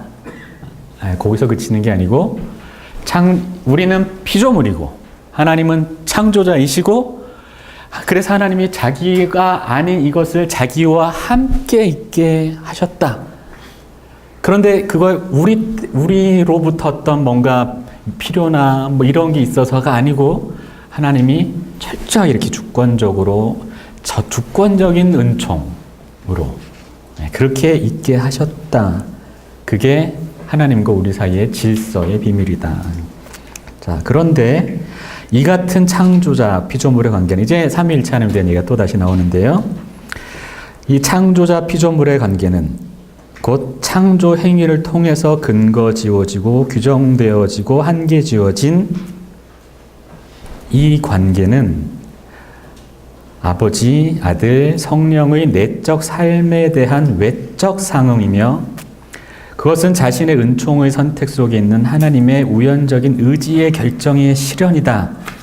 창조가 이 비밀이라고 한다면 이 비밀에 대한 인식을 위해서는 오직 하나님 자신의 계시와 동시에 대한 수납으로 오직 신앙만이 거론될 수 있다. 자, 여기서 얘기되는 건 요 관계, 창조자이고 피조물이라는 이 관계. 그래서 하나님이 우리를 사랑과 자유 가운데 다스리시고 돌보고 섬기고 인도하시는 이러한 관계는 어디서 비롯되었느냐 하면 그 무엇도 아니라 이 하나님이 삼위일체 하나님이시고 그 하나님의 내적 관계를 구성하는 것과 비슷한 방식으로 거기에 상응하는 방식으로 이 관계를 만드셨다는 거죠. 그런데 이걸 우리가 어디서 알아요? 하나님의 삼위일체 되심과 그 하나님이 우리와 관계를 형성하고 계시다는 사실 우리는 또한 예수 그리스도에 대한 예수 그리스도 안에 나타난 하나님의 자기 계시로부터 우리가 알게 되는 거죠. 그러니까 이 창조자 피조물 관계에 대한 인식은 신앙을 통해서만 가능한 신앙의 인식인 거죠. 자, 자, 그 다음 창조에 대한 문제의 목적어인 하늘과 땅 이 부분은요, 이제 하나님과 구별되는 실제 총괄 개념이 하늘과 땅인데, 그런데 하나님 바깥에 있는 실제 안에도 이러한 차이가 있다는 것을 의미한다. 그런데 더 중요한 것은 지금 요 현재에서 이 이야기는 나중에 이제 인간론이라든지 여기서 더 얘기가 될 거고요. 저희가 맡은 부분에서 할 부분에서는 이 얘기가 별로 그렇게 중요하진 않습니다. 더 중요한 건 하늘과 땅을 만든다는 건 하늘과 땅만 얘기한 게 아니라 사실 그 안에 있는 인간을 가리키는 것이다. 이게 바르티의 생각입니다. 인간 안에서는, 왜냐하면 인간 안에서는 하늘과 땅이 저 특정한 질서 속에서 함께 결합되어 있기 때문이다. 바로 이 인간이야말로 피조물의 비밀이며 피조물의 비밀을 드러낸다. 인간은 땅 위, 하늘 아래에, 그러므로 두 세계 사이에 있다. 하늘과 땅을 창조하셨다는 것은 그 가운데 있는 인간을 지향한다. 이 바르티의 생각입니다. 이 부분이 약간 바르티가 비판을 받는 부분이기도 한데요. 그러니까 너무 인간이 아닌 피조물을 우습게 알고 너무 인간 중심적이다. 뭐 이런 비판을 받게 되는 요인이기도 한데, 아무튼 바르트는 중요한 건, 하고 싶은 말은 그 인간이 중요하다는 거죠. 그 인간이야말로 피조물의 비밀이며 피조물의 비밀을 드러낸다. 그런데 왜 중요하냐면 하나님의 영원한 아들이자 로고스가 천사도 동물도 아니고 인간이 되기를 의지했다는 사실. 이 사실 때문에 인간이 그렇게 중요한 거예요. 하나님의 아들이 인간이 되기로 하셨으니까 인간이 있는 거예요. 그래서 인간을 하나님이 창조하신 거죠. 자, 그리고 다른 무엇이 아니라 바로 이것이 하나님의 영원한 은총의 선택의 내용이었다는 사실. 그것이야말로 하나님이 이 세계, 즉 하늘과 땅을 창조하셨던 이유이다. 하늘과 땅만을 창조하신 게 아니라 그 가운데서 인간이 있게 하시고 그 인간을 하나님이 자기인과 자기 아들을 통해서 성령 가운데서 자기와 화해되게 하려는 그 목적 때문에 창조하셨다가 되는 겁니다. 자, 이 신조의 명제는 이래서 하나의 신앙 명제이다. 자, 창조의 명제는 그래서 신앙 명제이다. 이거는 결코 임시적인 부문장도 단지 신앙의 서론에 불과한 것도 아니고 오히려 기독교 신조의 고유한 핵심 명제이다. 우리는 전능하사 하늘과 땅을 창조하신 하나님 아버지를 신앙할 때 예수 그리스도를 신앙한다. 자, 그 다음 2번이요. 창조론이 신앙론의 적극적인 이유, 자, 혹은 적극적인 의미인데, 자, 하나님이 하늘과 땅, 인간을 창조하셨다는 사실을 어디서 알게 되느냐? 첫째로는 그게 성서에 기록되어 있다는 겁니다. 하지만 바르트가 이제 얘기하는 건 성서가 뭘 얘기하는 거냐, 그 핵심을 보아야 한다는 거죠. 성경의 문자 자체를 보는 것보다는 성경 전체가 지시하는 핵심, 그게 뭐냐? 예수 그리스도인 거죠. 예, 성서는 예수 그리스도에 대해서 증언하고 있습니다. 자, 성서는 우리에게 아들을 통해 아버지를 인식할 수 있는 그 인식을 우리에게 중재해 준다. 근데 그때 성서는 창조에 대해 말함과 더불어 우리에게 또한 동시에 창조자에 대한 인식을 중재해 주는데, 그것은 이 창조자가 피조물을 자기 자신과 화해시키는 그분을 통해서 이루어진다. 자, 그분 안에서 창조자는 피조물에게, 그러니까 예수 그리스도 안에서 창조자는 피조물에게 자신의 영원한 미래를 주었다. 마찬가지로 창조자는 그 안에서 영원전부터 피조물을 사랑하였고 의지하였다. 그래서 전체 성서는 예시적으로 그에 대해 예언하면서 예수 그리스도에 이야기한다. 이는 성서가 창조에 대해, 창조자 피조물에 대해 말할 때도 마찬가지다. 요거를 이제 우리가 조금 이제 역사적으로 보자면, 잘 안 보이실 테지만 별거 없습니다. 여기가 출발점 창조이고, 여기가 이제 예수 그리스도이면, 창조자 하나님이 계시라는 사실을 어디서 하느냐? 여기서 알았다는 거죠. 요 삼위일체 하나님이 계심을 이 예수 그리스도에게서 알았어요. 그걸 통해서 우리 이 하나님이 세계의 창조자이시라 하는 사실을 알았던 거죠. 근데 그 하나님이, 창조하신 하나님이 뭘 지향하시는가 하면, 결국은 예수 그리스도 안에서 우리를, 인간을 구원하고 화해하고 사랑하시려고 하신다는 사실을 그걸 알아요. 그러면 창조는 뭐냐면 그냥 뜻 하나님이 심심해서 이렇게 만든 게 아니고, 하나님이 나 혼자 있으니까 너무 외로워. 그래서 누가 나를 놀아줬으면 좋겠어. 그래서 이렇게 하나님이 세상을 만든 게 아니라 이걸 지향하고 있는 거라는 거죠. 그래서 성경에 나와 있는 창조 이야기는, 성서가 증언하는 창조는 곧 뭐냐면 이 예수 그리스도를 증언하고 있다는 거예요. 그래서 창세기 1장과 2장에서 그냥 예수에 대한 말이 한마디도 안 나오지만, 그것이 하는 말은 뭐냐면 이 안에서 나타난 하나님의 은총과 사랑을, 이게 이 창조 사건이 어차피 이걸 지향하고 있기 때문에 성경이 얘기하는 창조에 대한 이야기는 결국 뭐냐? 이미 창조에 대해서 얘기하면서 이미 하나님의 은총을 미리 얘기하고 있는 건 거죠. 그래서 성서는 예시적으로 포빌틀리히 창조를 얘기하면서도 동시에 그것이 예수 그리스도를 이야기하는 것이다.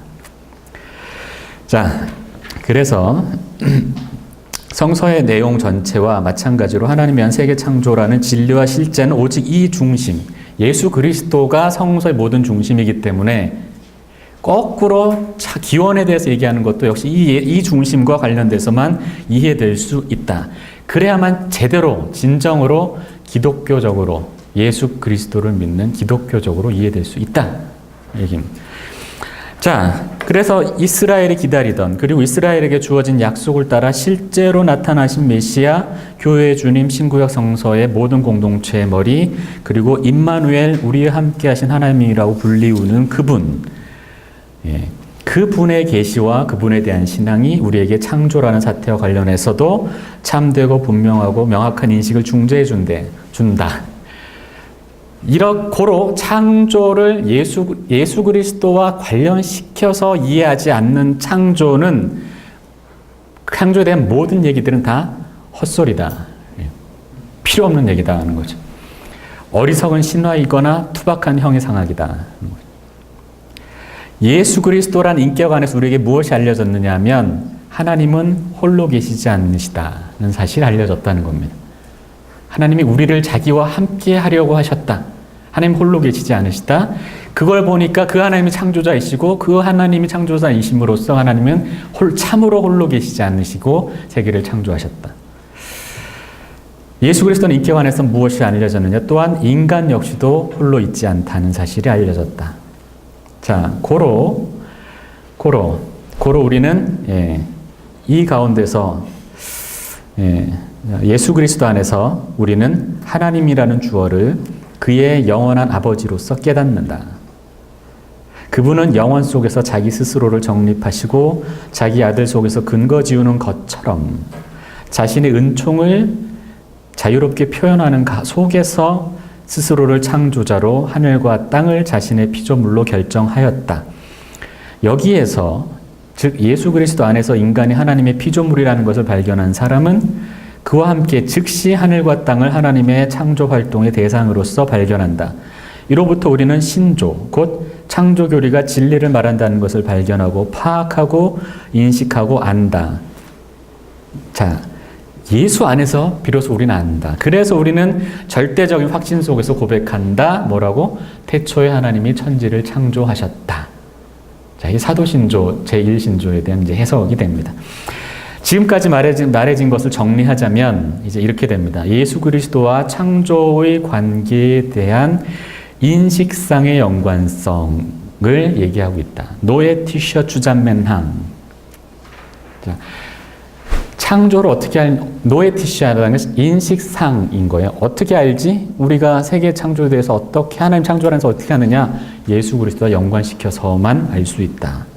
그래서 예수 그리스도 인격 안에서 우리는 창조의 실제를 인식하게 되었다. 그런데 이 인식상의 연관성은 그냥 우리가 알기 위한 하나의 방법에 불과한 것이 아니라 실제로는 예수 그리스도와 창조가 가지고 있는 존재상의 연관성도 있다.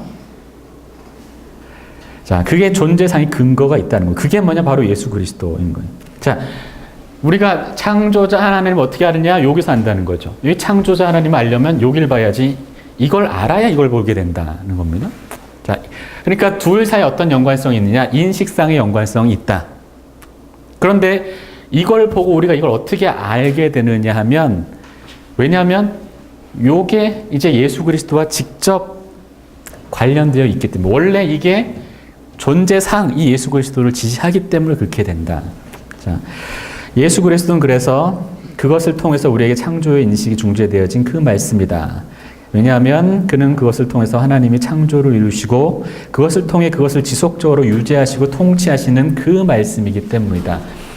왜 예수 그리스도가 인식상의 토대냐 하면 그분이 하나님의 말씀으로서 하나님이 세계를 창조하셨던 바로 그 말씀이기 때문에 그 존재상의 토대이기 때문에 우리는 예수를 봄으로써 창조자는 데서 알 수 있다는 거죠.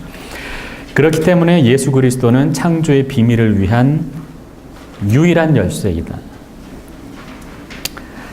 따라서 창조의 인식은 신앙의 인식이고 이런 창조에 대한 기독교의 교훈은 다 신앙론이다. 자, 결국 하고 싶은 말은 핵심은 제가 보기엔 뭐냐? 창조에 대해서 이야기할 때는 결국은 예수 안에서 나타난 하나님의 은총을 이야기해야 된다는 거죠. 예수 그리스도 안에서 우리 하나님의 은총을 경험했거든요. 창조자 하나님에 대해서 얘기할 때도 우리는 뭘 얘기하느냐? 은총에 대해서 얘기하는 거죠. 그래서 여기 나와 있는 겁니다. 작은 글씨로 칭의론이 창조에 대한 유비이자 해석 원리로 사용되어야 한다. 우리가 은혜로 구원을 받았다는 것, 바로 그 원리가 창조를 이해하는 똑같은 원리이다. 창조는 은총이다. 크레아치오 에스 그라티스.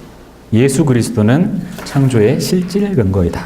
자, 그런데 이 신앙은 이제 뭘 하느냐 하면, 요 신앙은 이제 그 신조와 교리를 아는 사람들은 거기에 대해서 어떻게 하느냐? 창조자의 힘을 인정하고 경험하면서 살아야 한다. 그리고 창조자가 피조물에 대해 가지고 있는 권위를 또한 내가 자발적으로 인정하면서 사는 것이다. 셋째, 창조자의 선의, 그러니까 우리를 만드신 하나님의 은총과 사랑, 그것을 인정하고 그것을 날마다 경험하면서 살도록 촉발시키는 게 이제 창조론, 신앙과 창조론의 궁극적인 지향점인 거죠.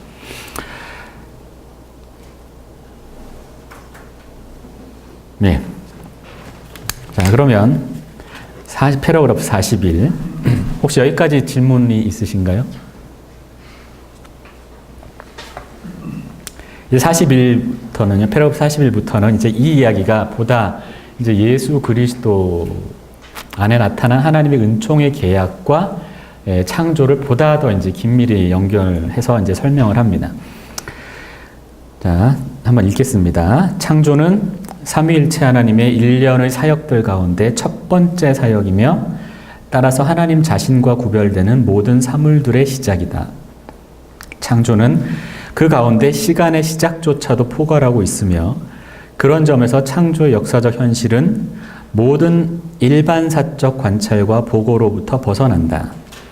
따라서 창조는 성서의 창조 역사 안에서도 다만 순수한 설화라는 형식으로 증언될 수 있을 뿐이다. 이 같은 증언에 의하면 창조의 의도와 또한 동시에 그 의미는 인간과 맺는 하나님의 계약의 역사를 가능케 하기 위함이다. 그 역사는 예수 그리스도 안에 그 시작, 그 중심, 그 마지막 혹은 목표를 가진다. 이 계약의 역사는 동시에 창조의 목표이며 또한 창조 자체는 이 역사의 시작이다. 자, 다시 한번 보면요. 창조는 삼위일체 하나님의 일련의 사역들 가운데에서 첫 번째 사역이다. 따라서 하나님 자신과 구별되는 모든 사물들의 시작이다. 자, 하나님께서 한 번 일하고 마시는 게 아닌 거예요. 하나님의 창조해놓고 그걸로 끝난 것도 아니고 하나님이 구원만 하시는 것도 아닌 거예요.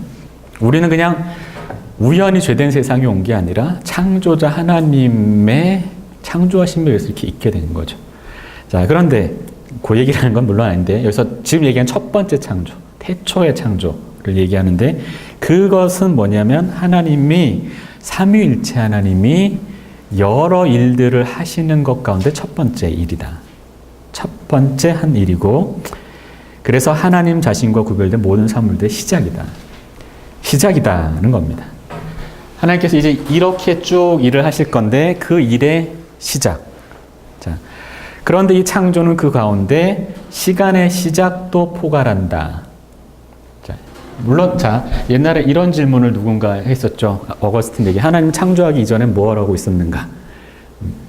그랬더니 이제 보통 교회에서 이제 웃자고 하는 얘기는 너 같은 인간을 지옥에 보내려고 지옥을 만들고 계셨다. 이렇게 얘기를 하는데 자, 이건 논리상으로 맞지 않는 얘기예요. 왜냐하면 이전이라는 건 없거든요. 이전이라는 건 시간 속에서만 있는 거죠. 지금 우리는 지금 시간이 현재로부터 과거로 이렇게 돌아가고 있잖아요. 미래로부터 현재를 거쳐 계속 과거로 가고 있는 거예요. 시간 속에서만 이전과 이후를 얘기할 수 있죠. 근데 창조 이전은 없는 거예요. 자, 그러니까 창조는 이 모든 것들의 시작이야. 하나님이 자기 자신이 아닌 것들과 관계를 맺으시는 모든 일들의, 모든 사건들의 시작. 그래서 창조는, 첫 번째 창조는 그래서 시간의 시작도 포괄하고 있다. 그런데 그런 점에서 이 창조가 가진 아주 역사적인 의미 혹은 그 역사적인 현실은 모든 제가 히스토리쉬를 일반사적이라고 번역을 했는데 이것도 뭐 여러분들 아시겠지만 독일어에는 역사라는 말이 두 단어가 있잖아요. 히스토리와 게시히테 두 개가 있잖아요. 근데 여기서 지금 제가 보통 역사로 번역한 게시히테가 들어간 거고 히스토리라는 말은 제가 마땅히 번역하기 좋지 않아서 일반사적 이렇게 번역을 했습니다. 근데 이때 히스토리라는 건 대체로 이제 시간의 흐름 속에서 발생하는 우리가 경험하고 이해하고 선후관계를 따져볼 수 있는 이런 일들을 보통 히스토리라고 하죠. 그에 반해서 시간과 관련돼서 발생했지만 뭔가 거기 의미가 부여되고 충만한 의미가 있는 것으로 해석될 수 있는 그것은 이제 역사, 게시히테라고 하는데 이 하나님의 창조의 역사는 시간의 시작도 포괄하는 거기 때문에 시간 안에서 발생하는 것들을 다루는 역사, 히스토리적 그러한 일반사적 관찰과 보고로부터 훨씬 초월되어 있는 보다 고도의 것이다 그런 겁니다. 따라서 바로 그렇기 때문에 창조는 성서의 창조 역사. 자, 성경이 창조를 이야기할 때 이제 구약 신학적으로도 그것을 이제 우주의 기원으로 이야기하지 않고 이제 하나의 원 역사라고 얘기하잖아요. 창조는 뭔가 하나님이 역사하시는 그 역사의 연관성 속에서 이야기되고 있거든요. 그러니까 그 창조 역사 안에서도 성경 안에서도 순수한 설화라는 형식으로 증언될 수 있다. 왜냐하면 구약 성서가 이제 창조 설화라고 얘기를 하잖아요. 구약 신학에서. 네, 그게 왜 설화일 수밖에 없느냐? 이걸 지금 설명해 주고 있는 거예요.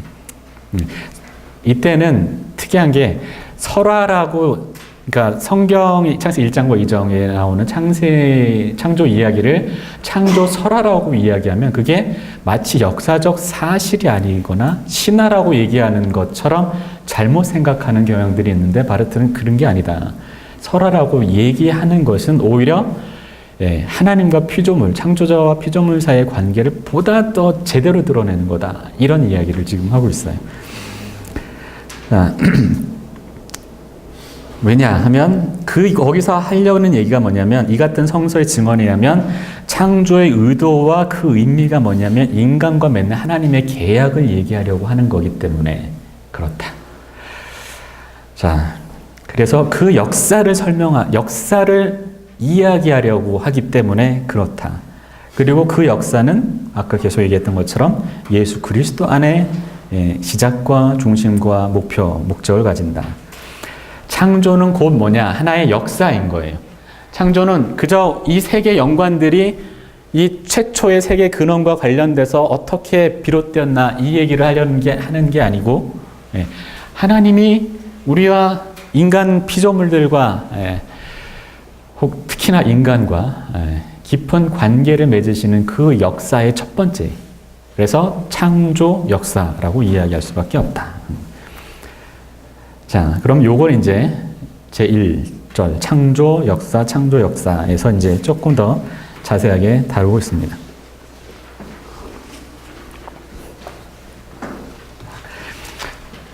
자, 성서와 교회의 신조가 창조에 대해 언급할 때에는 그것은 그와 더불어 하나님의 특수한 사역, 혹은 하나님의 사역 속에 있는 하나의 특수한 계기를 가리킨다.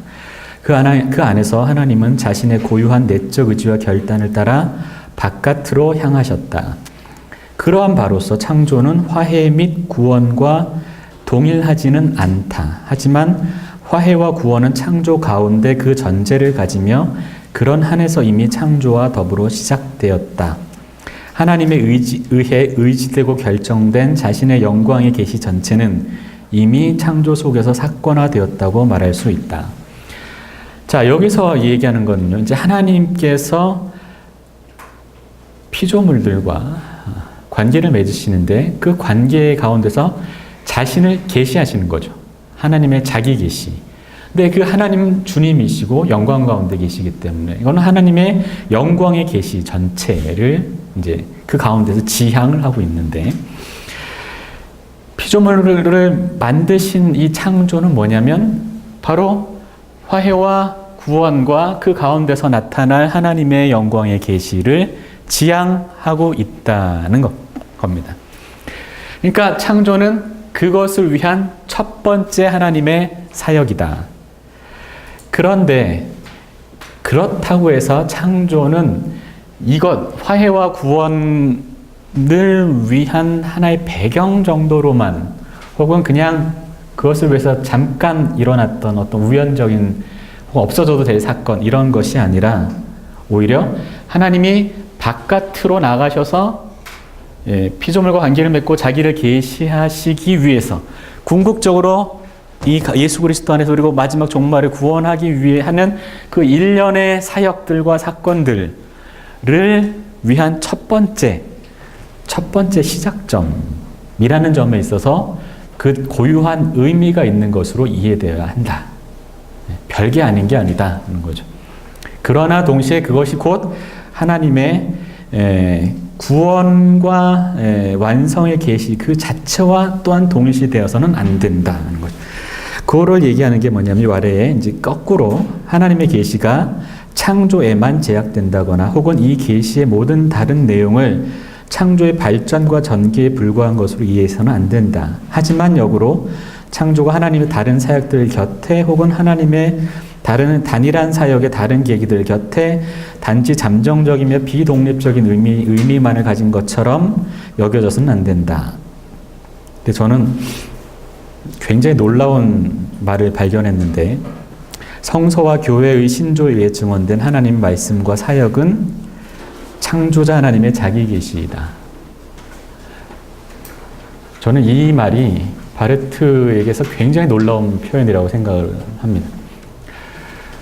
왜냐하면 이제 바르멘 신학선언 같은 경우 혹은 이제 이분이 뭐 브룬노하고 싸우고 뭐 이런 것들을 보면 자연 계시를 철저히 거부하잖아요. 자연이 가지고 있는 어떤 고유한 권한을 자연 자체가 마치 스스로 독립적으로 있어서 하나님에 대한 길을 인도해 주는 듯한 고유한 권한을 다 철저히 거부하거든요. 그런 의미에서 자연 계시를 거부하고, 그러니까 예수 그리스도 안에 나타난 하나님의 자기 계시에 굉장히 그리스도론에 집중하면서 자기 계시를 강조했는데, 이제 창조론에 오면 창조는 하나님의 자기 계시이다. 이런 어마무시한 이야기가 이렇게 나오게 되는 겁니다. 이 말을 자주 쓰지는 않아요. 물론 바르트는 굉장히 하지만 이게 굉장히 한정적으로 사용합니다. 하나님의, 그러니까 예수 그리스도 안에서 하나님이 가장 완결적으로 자기를 계시하셨는데, 완성적으로. 근데 이 계시가 창조가 발전해서 이렇게 된 것으로 이해해서는 안 된다. 이게 고유한 독특성을 얘기하고 있는 거죠. 그러나 삼위일체 하나님의 세계를 향한 자신의 모든 사역들을 우리가 여기서 알았고, 그리고 거꾸로 하나님이 창조에서부터 모든 삼위일체 하나님이 똑같이 활동하신다면, 그렇다면 이 창조는 하나님의 계시라고 얘기할 수 있게 되는 거죠. 이거는 이제 이분이 소위 자연에 대한, 제가 생각하기엔 자연에 대한 바르트 신학이 하는 자연에 대한 최고의 찬사라고 얘기할 수 있지 않을까 생각이 듭니다. 그러니까 자연 자체가 이제 하나님, 물론 그냥 우리가 바라보는 자연이 아니라 예수 그리스도의 안에 나타난 하나님의 자기 계시를 통해서 파악된 창조, 그 하나님의 활동, 삼일체 하나님의 활동을 보면 그것이 첫 번째 하나님의 사역으로서 하나님의 계시라고도 얘기할 수 있는. 근데 이게 제가 알기로는 창조론 전체에서 한 2번 정도밖에 이런 얘기가 나오지 않아요. 굉장히 주저하면서 하는 얘기죠. 여기서도 정확하게 찝는 게 아니라 성서와 교회의 신조에 의해 증언된 하나님의 말씀과 사역은 창조자 하나님의 자기 계시다.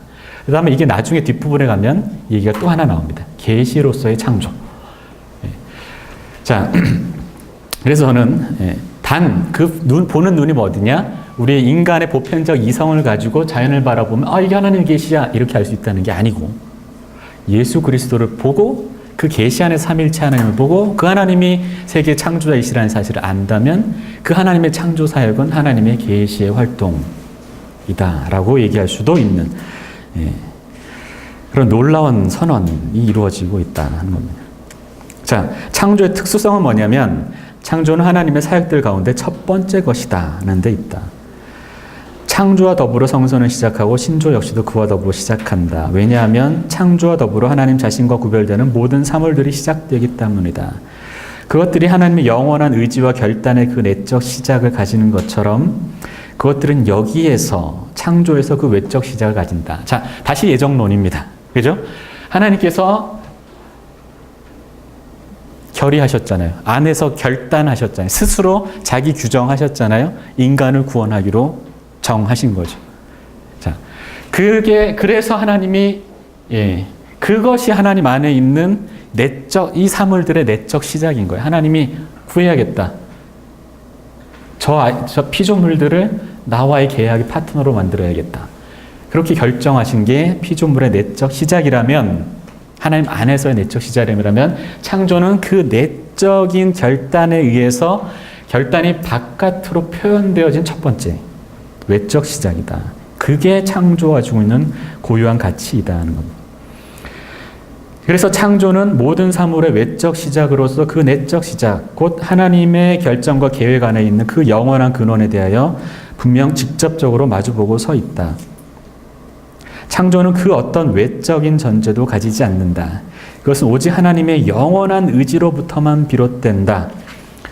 창조로부터 회고적으로 고려해야 할 것, 그것은 오직 그 모든 완전성 속에 있는 하나님의 삼위일체적 본질, 곧 그의 결의의 거룩함과 은총의 심원 외에는 없다. 자, 삼위일체 하나님이 스스로 피조물을 구원하기로, 자신과 파트너로 삼기로 결정하셨다는 그것만이 창조의 근원인 거죠.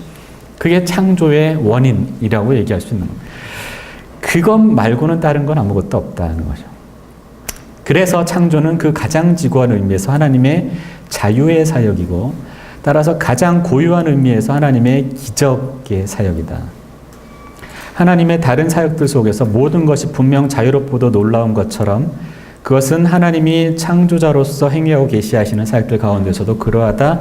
그런 바로서 창조는 자신의 영광의 계시를 드러내고자 하는 하나님의 의도의 직접적인 상응이자 실행이다. 이 계시는 그 수납자, 현상지, 도구가 그분 자신을 통해 현실화됨으로써 시작된다.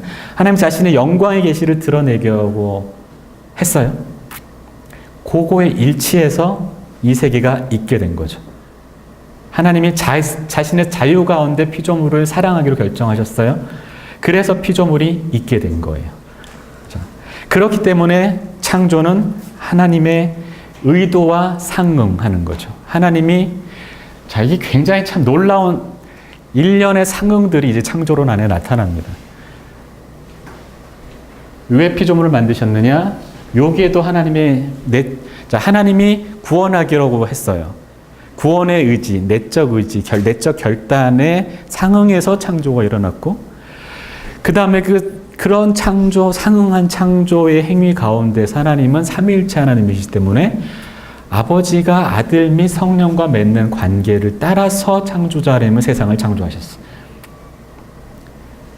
또한 그래서 그걸 어디서 하느냐면 바로 계시에 나타난 예수 그리스도의 자기 계시에, 하나님의 자기 계시로서 예수 그리스도 안에 나타난 삼위일체 하나님의 계시에 상응하여 창조가 또한 이루어졌다.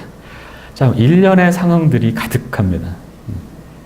그래서 바르트 신학적으로 얘기하자면 유비, 일련의 유비들인데, 그 유비들이 그러나 이제 신앙의 유비를 제거하는 게 아니라, 이건 나중에 나올 거지만 일련의 관계상의 유비가 되는 거죠. 하나님의 내적 관계에 상응하여 피조물과 하나님과의 관계가 이루어지고, 창조 역시도 하나님의 계시와 상응하는, 이렇게.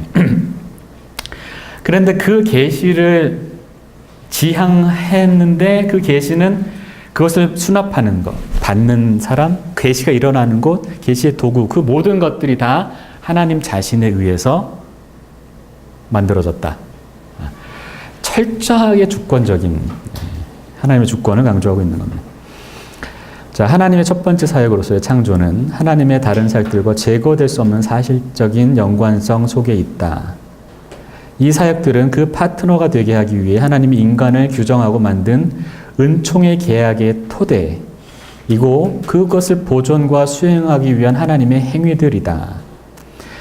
창조의 뒤를 뒤따르는 하나님의 사역인 이 역사는 영원 전부터 하나님의 결의 가운데 이루어진 결정의 실행이자 상응이다. 자, 하나님의 첫 번째 사역인 창조는 두 번째 사역의 모델로서 혹은 그것의 외피의 성격을 가지며, 그렇기 때문에 창조는 간략한 개요 가운데 있는 두 번째 사역이다.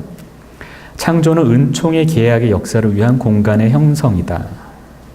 자, 첫 번째 사역인 창조는 두 번째 사역의 모델이거나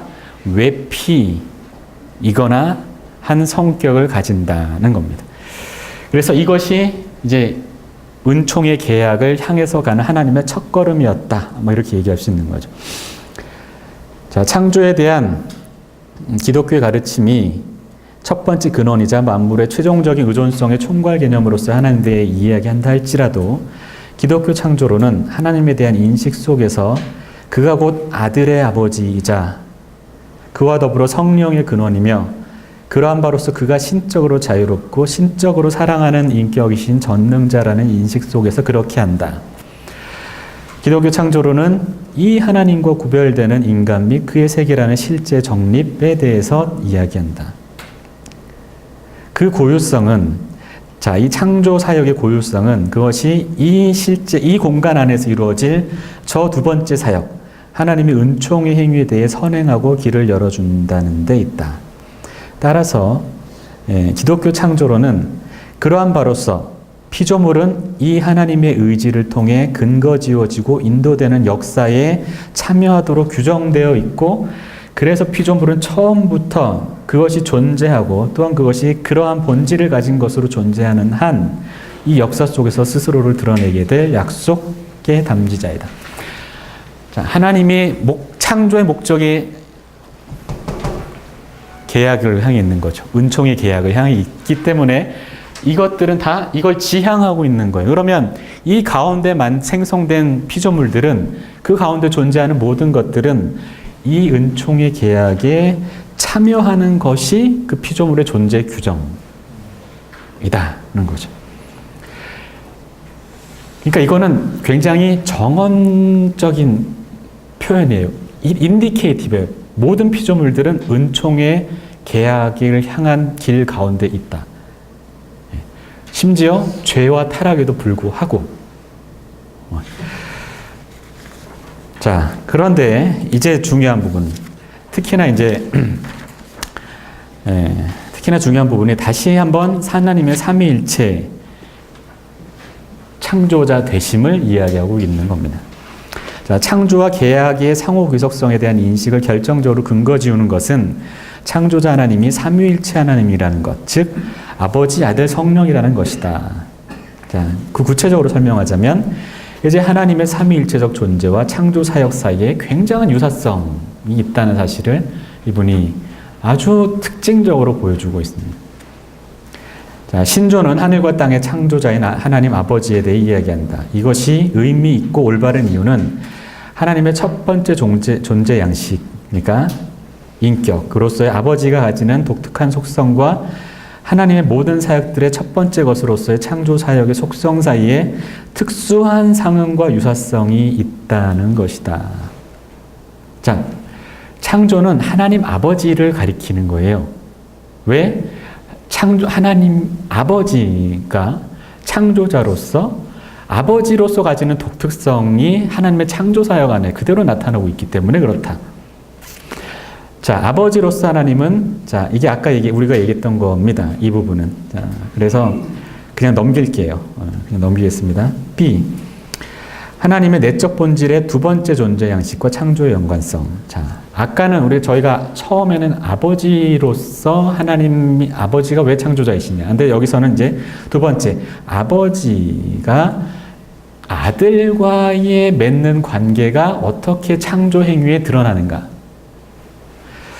자, 하나님은 자기 자신 안에서 홀로 있지 않고 오히려 아들, 곧 아버지로부터 영원히 나아지신 그 아들의 영원한 출생자이신 그 자유와 사랑 속에서 아버지는 창조자로서 바깥으로 향하신다. 예, 하나님이 자기 자신 안에서 영원 전부터 자신의 말씀을 말씀하시고 들으시는 것처럼 그렇게 하나님은 자신의 영원 바깥에서도 들음과 반향 없이, 그러니까 피조물의 귀와 소리 없이 존재하기를 원치 않으신다. 자, 삼위일체 하나님의, 그러니까 내재적 삼위일체 하나님의 내적 관계 안에서 아버지는 아들, 특히나 은총, 그 예정을 생각해 보면요, 아버지가 아들에게 위임하시잖아요. 너는 가서 죽고 인간을 살려야겠다. 아들은 그 말을 듣고 순종해서 따르죠. 자, 하나님의 영원한 내적 삼위일체 안에 이런 관계가 있는 거예요. 아버지는 아들을 낳으시고 아들은 아버지의 말씀을 순종하고 귀 기울이고, 그런 것처럼 아버지 아들 관계가 그런 것처럼 창조자와 피조물의 관계는 하나님 왜 창조하시느냐 하면 하나님 아버지께서, 하나님은 창조자로서 하나님은 자기와 다른 것이 자신과 듣고 응답하는,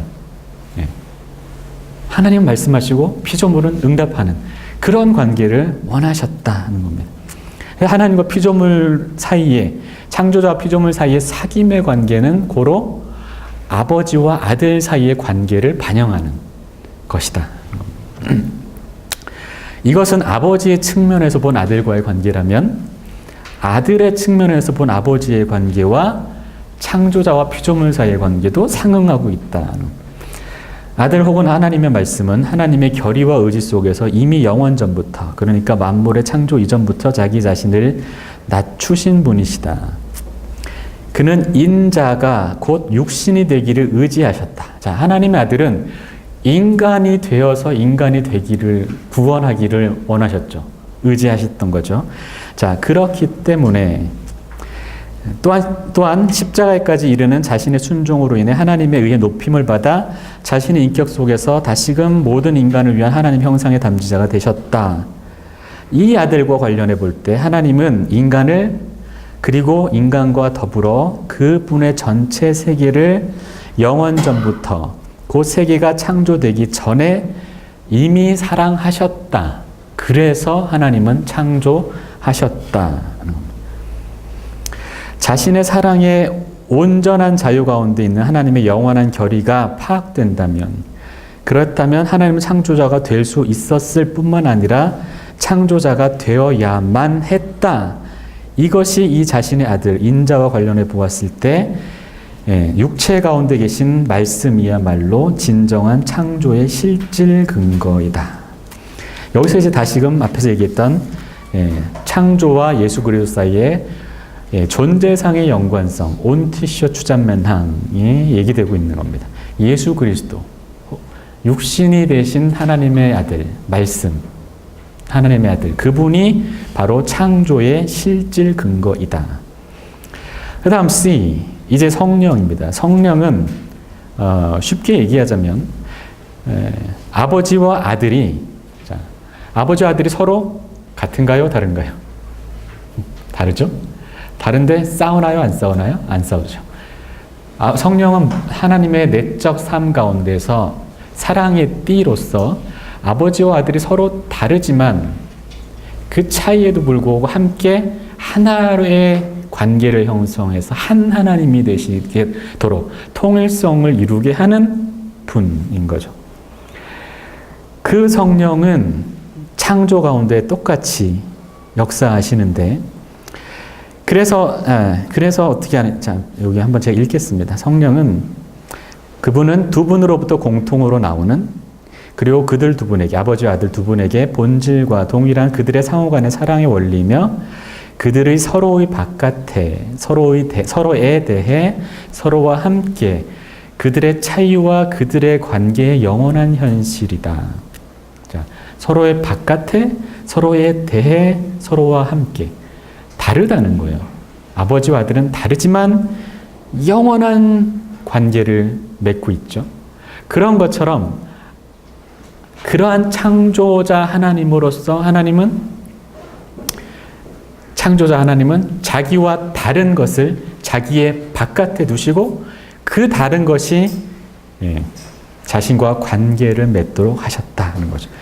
그래서 하나님이 세상 및 인간과 함께하는 자신의 의지와 행위 속에서 거룩한 영이심으로써 하나님은 피조물은 하나님에 대하여 가능해지고, 그리고 담지되어진다. 이렇게 있게 되어진다. 뭐 그렇게 얘기를 하고 있습니다.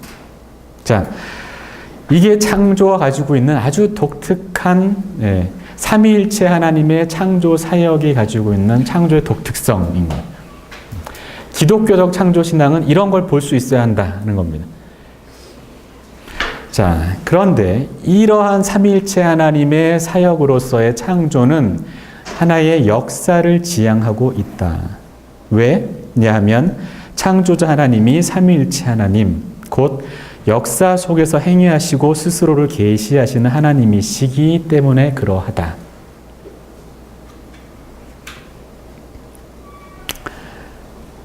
하나님은 아들 및 성령과 더불어 피조물에 대해 자신의 은총 가운데서 작용하신다. 이 같은 행위의 전체 전개가 역사이다.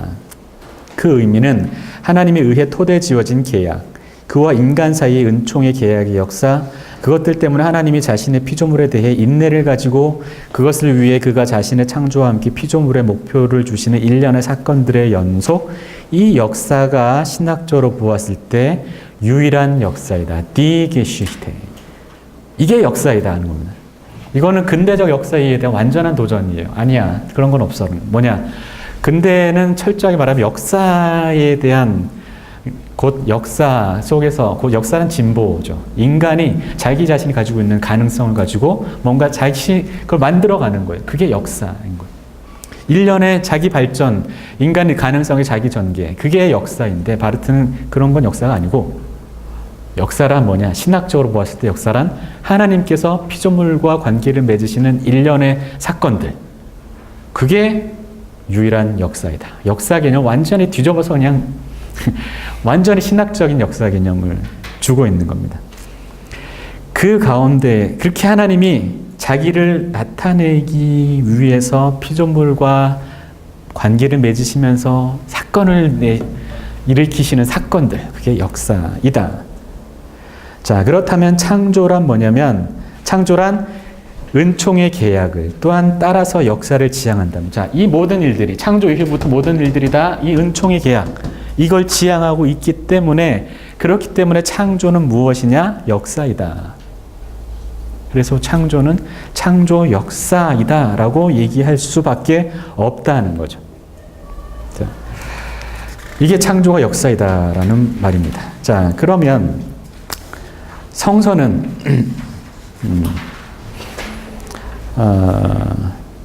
조금 좀 건너뛸게요. 창조 역사 부분, 제가 동그랗게 해서 창조 역사라고 한 부분이요. 네, 그 부분입니다. 역사로 해서 창조는 이 은총에 참여하게 될 인간의 공간인 세계를 창조한다. 자, 하나님의 창조가 하나님의 역사라면 그것은 창조가 시간 속에서 발생한다는 것을 의미한다. 자, 이거는 신학적으로 상당히 놀라운 표현이에요. 왜냐하면 어거스틴 이해로 창조는 시간은 창조와 더불어서 비롯되었다. 크레아치오 쿰 템포레, 창조와 더불은 시간과 더불은 창조. 그런데 바르트는 이제 그 시간과 더불은 창조를 부인하지는 않지만 동시에 그 창조는 곧 시간을 그 안에 함축하고 있다라는 얘기를 하고 있습니다. 그게 뭐냐? 자, 영원과는 구별되는 시간, 이것은 피조물의 존재의 양식인 거죠. 창조는 따라서 더불어 시간을 창조하는 겁니다. 우리 피조물이 하나님의 영원과는 다른 것으로서, 하나님과는 구별되는 독특한 것으로서 존재하기 위해서 시간이 그 안에 있게 되는 거예요. 자, 그런데 영원은 시간의 부정에 불과한 게 아니다. 보통 어거스틴 이래로 기독교 신학에서 하나님의 영원성을 무시간성이라고 잘못 생각해 왔어요. 그게 하나님의 초월성을 이야기하는 방식이라고 생각했던 거죠. 하나님 안에는 시간 같은 건 없다. 그래서 영원성을 시간에 대립해는, 그렇게 된 문제가 뭐냐면 하나님이 피조물, 세계와 관계를 맺기 힘들어지는 문제가 있어요. 실질적으로. 자, 그런데 거기에 반해서 바르트는 영원은 무시간적인 게 아니다. 그보다는 영원은 시간이 아니라 영원입니다. 영원은 시간의 근원으로서 가장 특별하고도 절대적인 시간, 즉 과거, 현재, 미래, 중간, 시작, 마지막의 직접적인 통일성이다. 그러니까 과거, 현재, 미래에 언제나 현재하시는 게 하나님의 영원하심이다는 거예요. 시간을 배제하시는 게 아니라 모든 현실 속에 현실적으로 계시는 것. 그래서 하나님은 시간적이다. 이게 하나님의 영원성이고, 하나님의 영원성은 따라서 모든 시간의 근원적인 형식이다 하는 거예요. 하나님의 영원성은 과거, 현재, 미래 모두에 함께 계시는 거기, 동시간적이기 때문에 영원성은 시간을 배제하는 게 아니라 시간을 낳게 하는 근원이다는 겁니다. 그래서 하나님의 창조는 시간의 근거이고 동시에 그 창조는 시간 속에서 일어나며 그래서 참된 역사를 가진다. 하나님의 역사는 시간을 배제하는 역사가 아니라 시간을 정립하고 시간을 만들고 그리고 그 안에서 일어나는 일련의 사건들, 그게 역사이고 사건이다. 역사이고 그런 바로서 창조의 역사가 시간을 만들어낸다. 자, 그렇다면 이 창조 역사는 따라서 창조자 하나님이 모든 시간을 시작시키는 그런 거라면 그 창조 역사는 히스토리가 아니다가 되는 거죠. 히스토리에 포괄될 수 있는 게 아닌 거예요. 따라서 창조 역사는 unhistorical하게 비역사적인 방식으로만 비일반사적인 방식으로만 서술되고 묘사될 수 있다. 그러니까 어떻게 될 수 있느냐? 그 창조 역사를 이야기하는 방식으로 하나님께서 이렇게 만드셨다는 사실을 설명하는 방식으로 얘기될 수 있을 뿐이다. 따라서 성경의 창조 역사는 그것이 가리키는 대상, 하나님의 창조, 시간 자체를 정립하는 창조를 지시하는 그 대상의 아주 유일무이한 특성에 딱 맞게 순수한 설화이다는 거죠. 그것은 시간이 있어서 네. 5분 내로. 네. 자, 5분 내로 다 됐습니다. 이 뒷부분은요, 사실은 이제 앞으로 이제 이 설화로서의 창세기 1장과 2장을 주석하게 될 건데, 바로 이 프레임을 가져갈 겁니다. 계약은 창조의 내적 근거이고, 창조는 계약의 외적 근거이다는 사실을 창세기 1장과 2장을 각 1장과 2장의 창조 설화를 각자 설명하면서 주석해가면서 이제 이야기를 할 건데, 그때 이게 설화라고 얘기한다고 해서 그게 하나님의 계시라는 사실 부정하는 게 아니다는 걸 얘기하는 거예요. 왜냐 하면 히스토리라고 한다는 건 시간에 얽매여 있는 걸 얘기하는 거예요. 근데 창조는 시간의 근원에 대해서, 그리고 하나님이 창조자로서 우리를 자신과 관계 맺기를 원하신다는 이야기를 얘기하려고 하니까 당연히 비일반사적인 방식으로, 더군다나 우리가 이해할 수 없는 것들을 이야기해야 하니까 디히퉁, 우리 문학적인 방식으로 그 이야기를 할 수밖에 없다는 거죠. 우리의 이해의 범위를 넘어서는 거예요. 설화임에도 불구하고 하나님의 계시가 아니라 설화이기 때문에 하나님의 계시의 말씀이다. 자, 또한 설화라는 그게 신화다라는 걸 얘기하는 게 아니에요. 왜냐?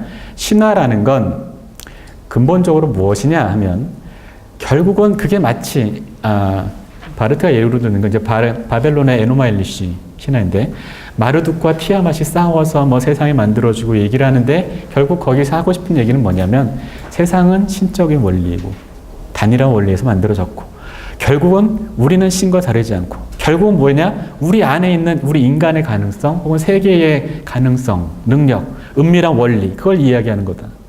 그런데 성서의 창조 설화는 우리 세계 안에 있는 은밀한 내적 원리 따위를 얘기하는 게 아니라 우리는 하나님과 다르고 그 하나님이 우리를 창조하셨다는 아주 놀라운 사실을 증언하고 있는 것이다. 그게 어떻게 가능했느냐? 그건 난 모르겠다. 다만 그것이 실제로 이루어졌다. 그렇기 때문에 성경은 하나님의 창조 역사는 상상함에도 불구하고 아니라 상상을 스스로 전개하기 때문에 바로 그 점에서 순수한 설화이고 거룩한 설화이고, 그것은 하나님의 계시에 대한 인간적 증언으로서 역할을 하고 있다. 이렇게 이야기를 하고 있습니다. 그와 더불어 이제는 얘기한 대로 창세기 1장과 2장을 각각 주석하는 일이 다음 과제로 남게 되는 거죠. 끝입니다.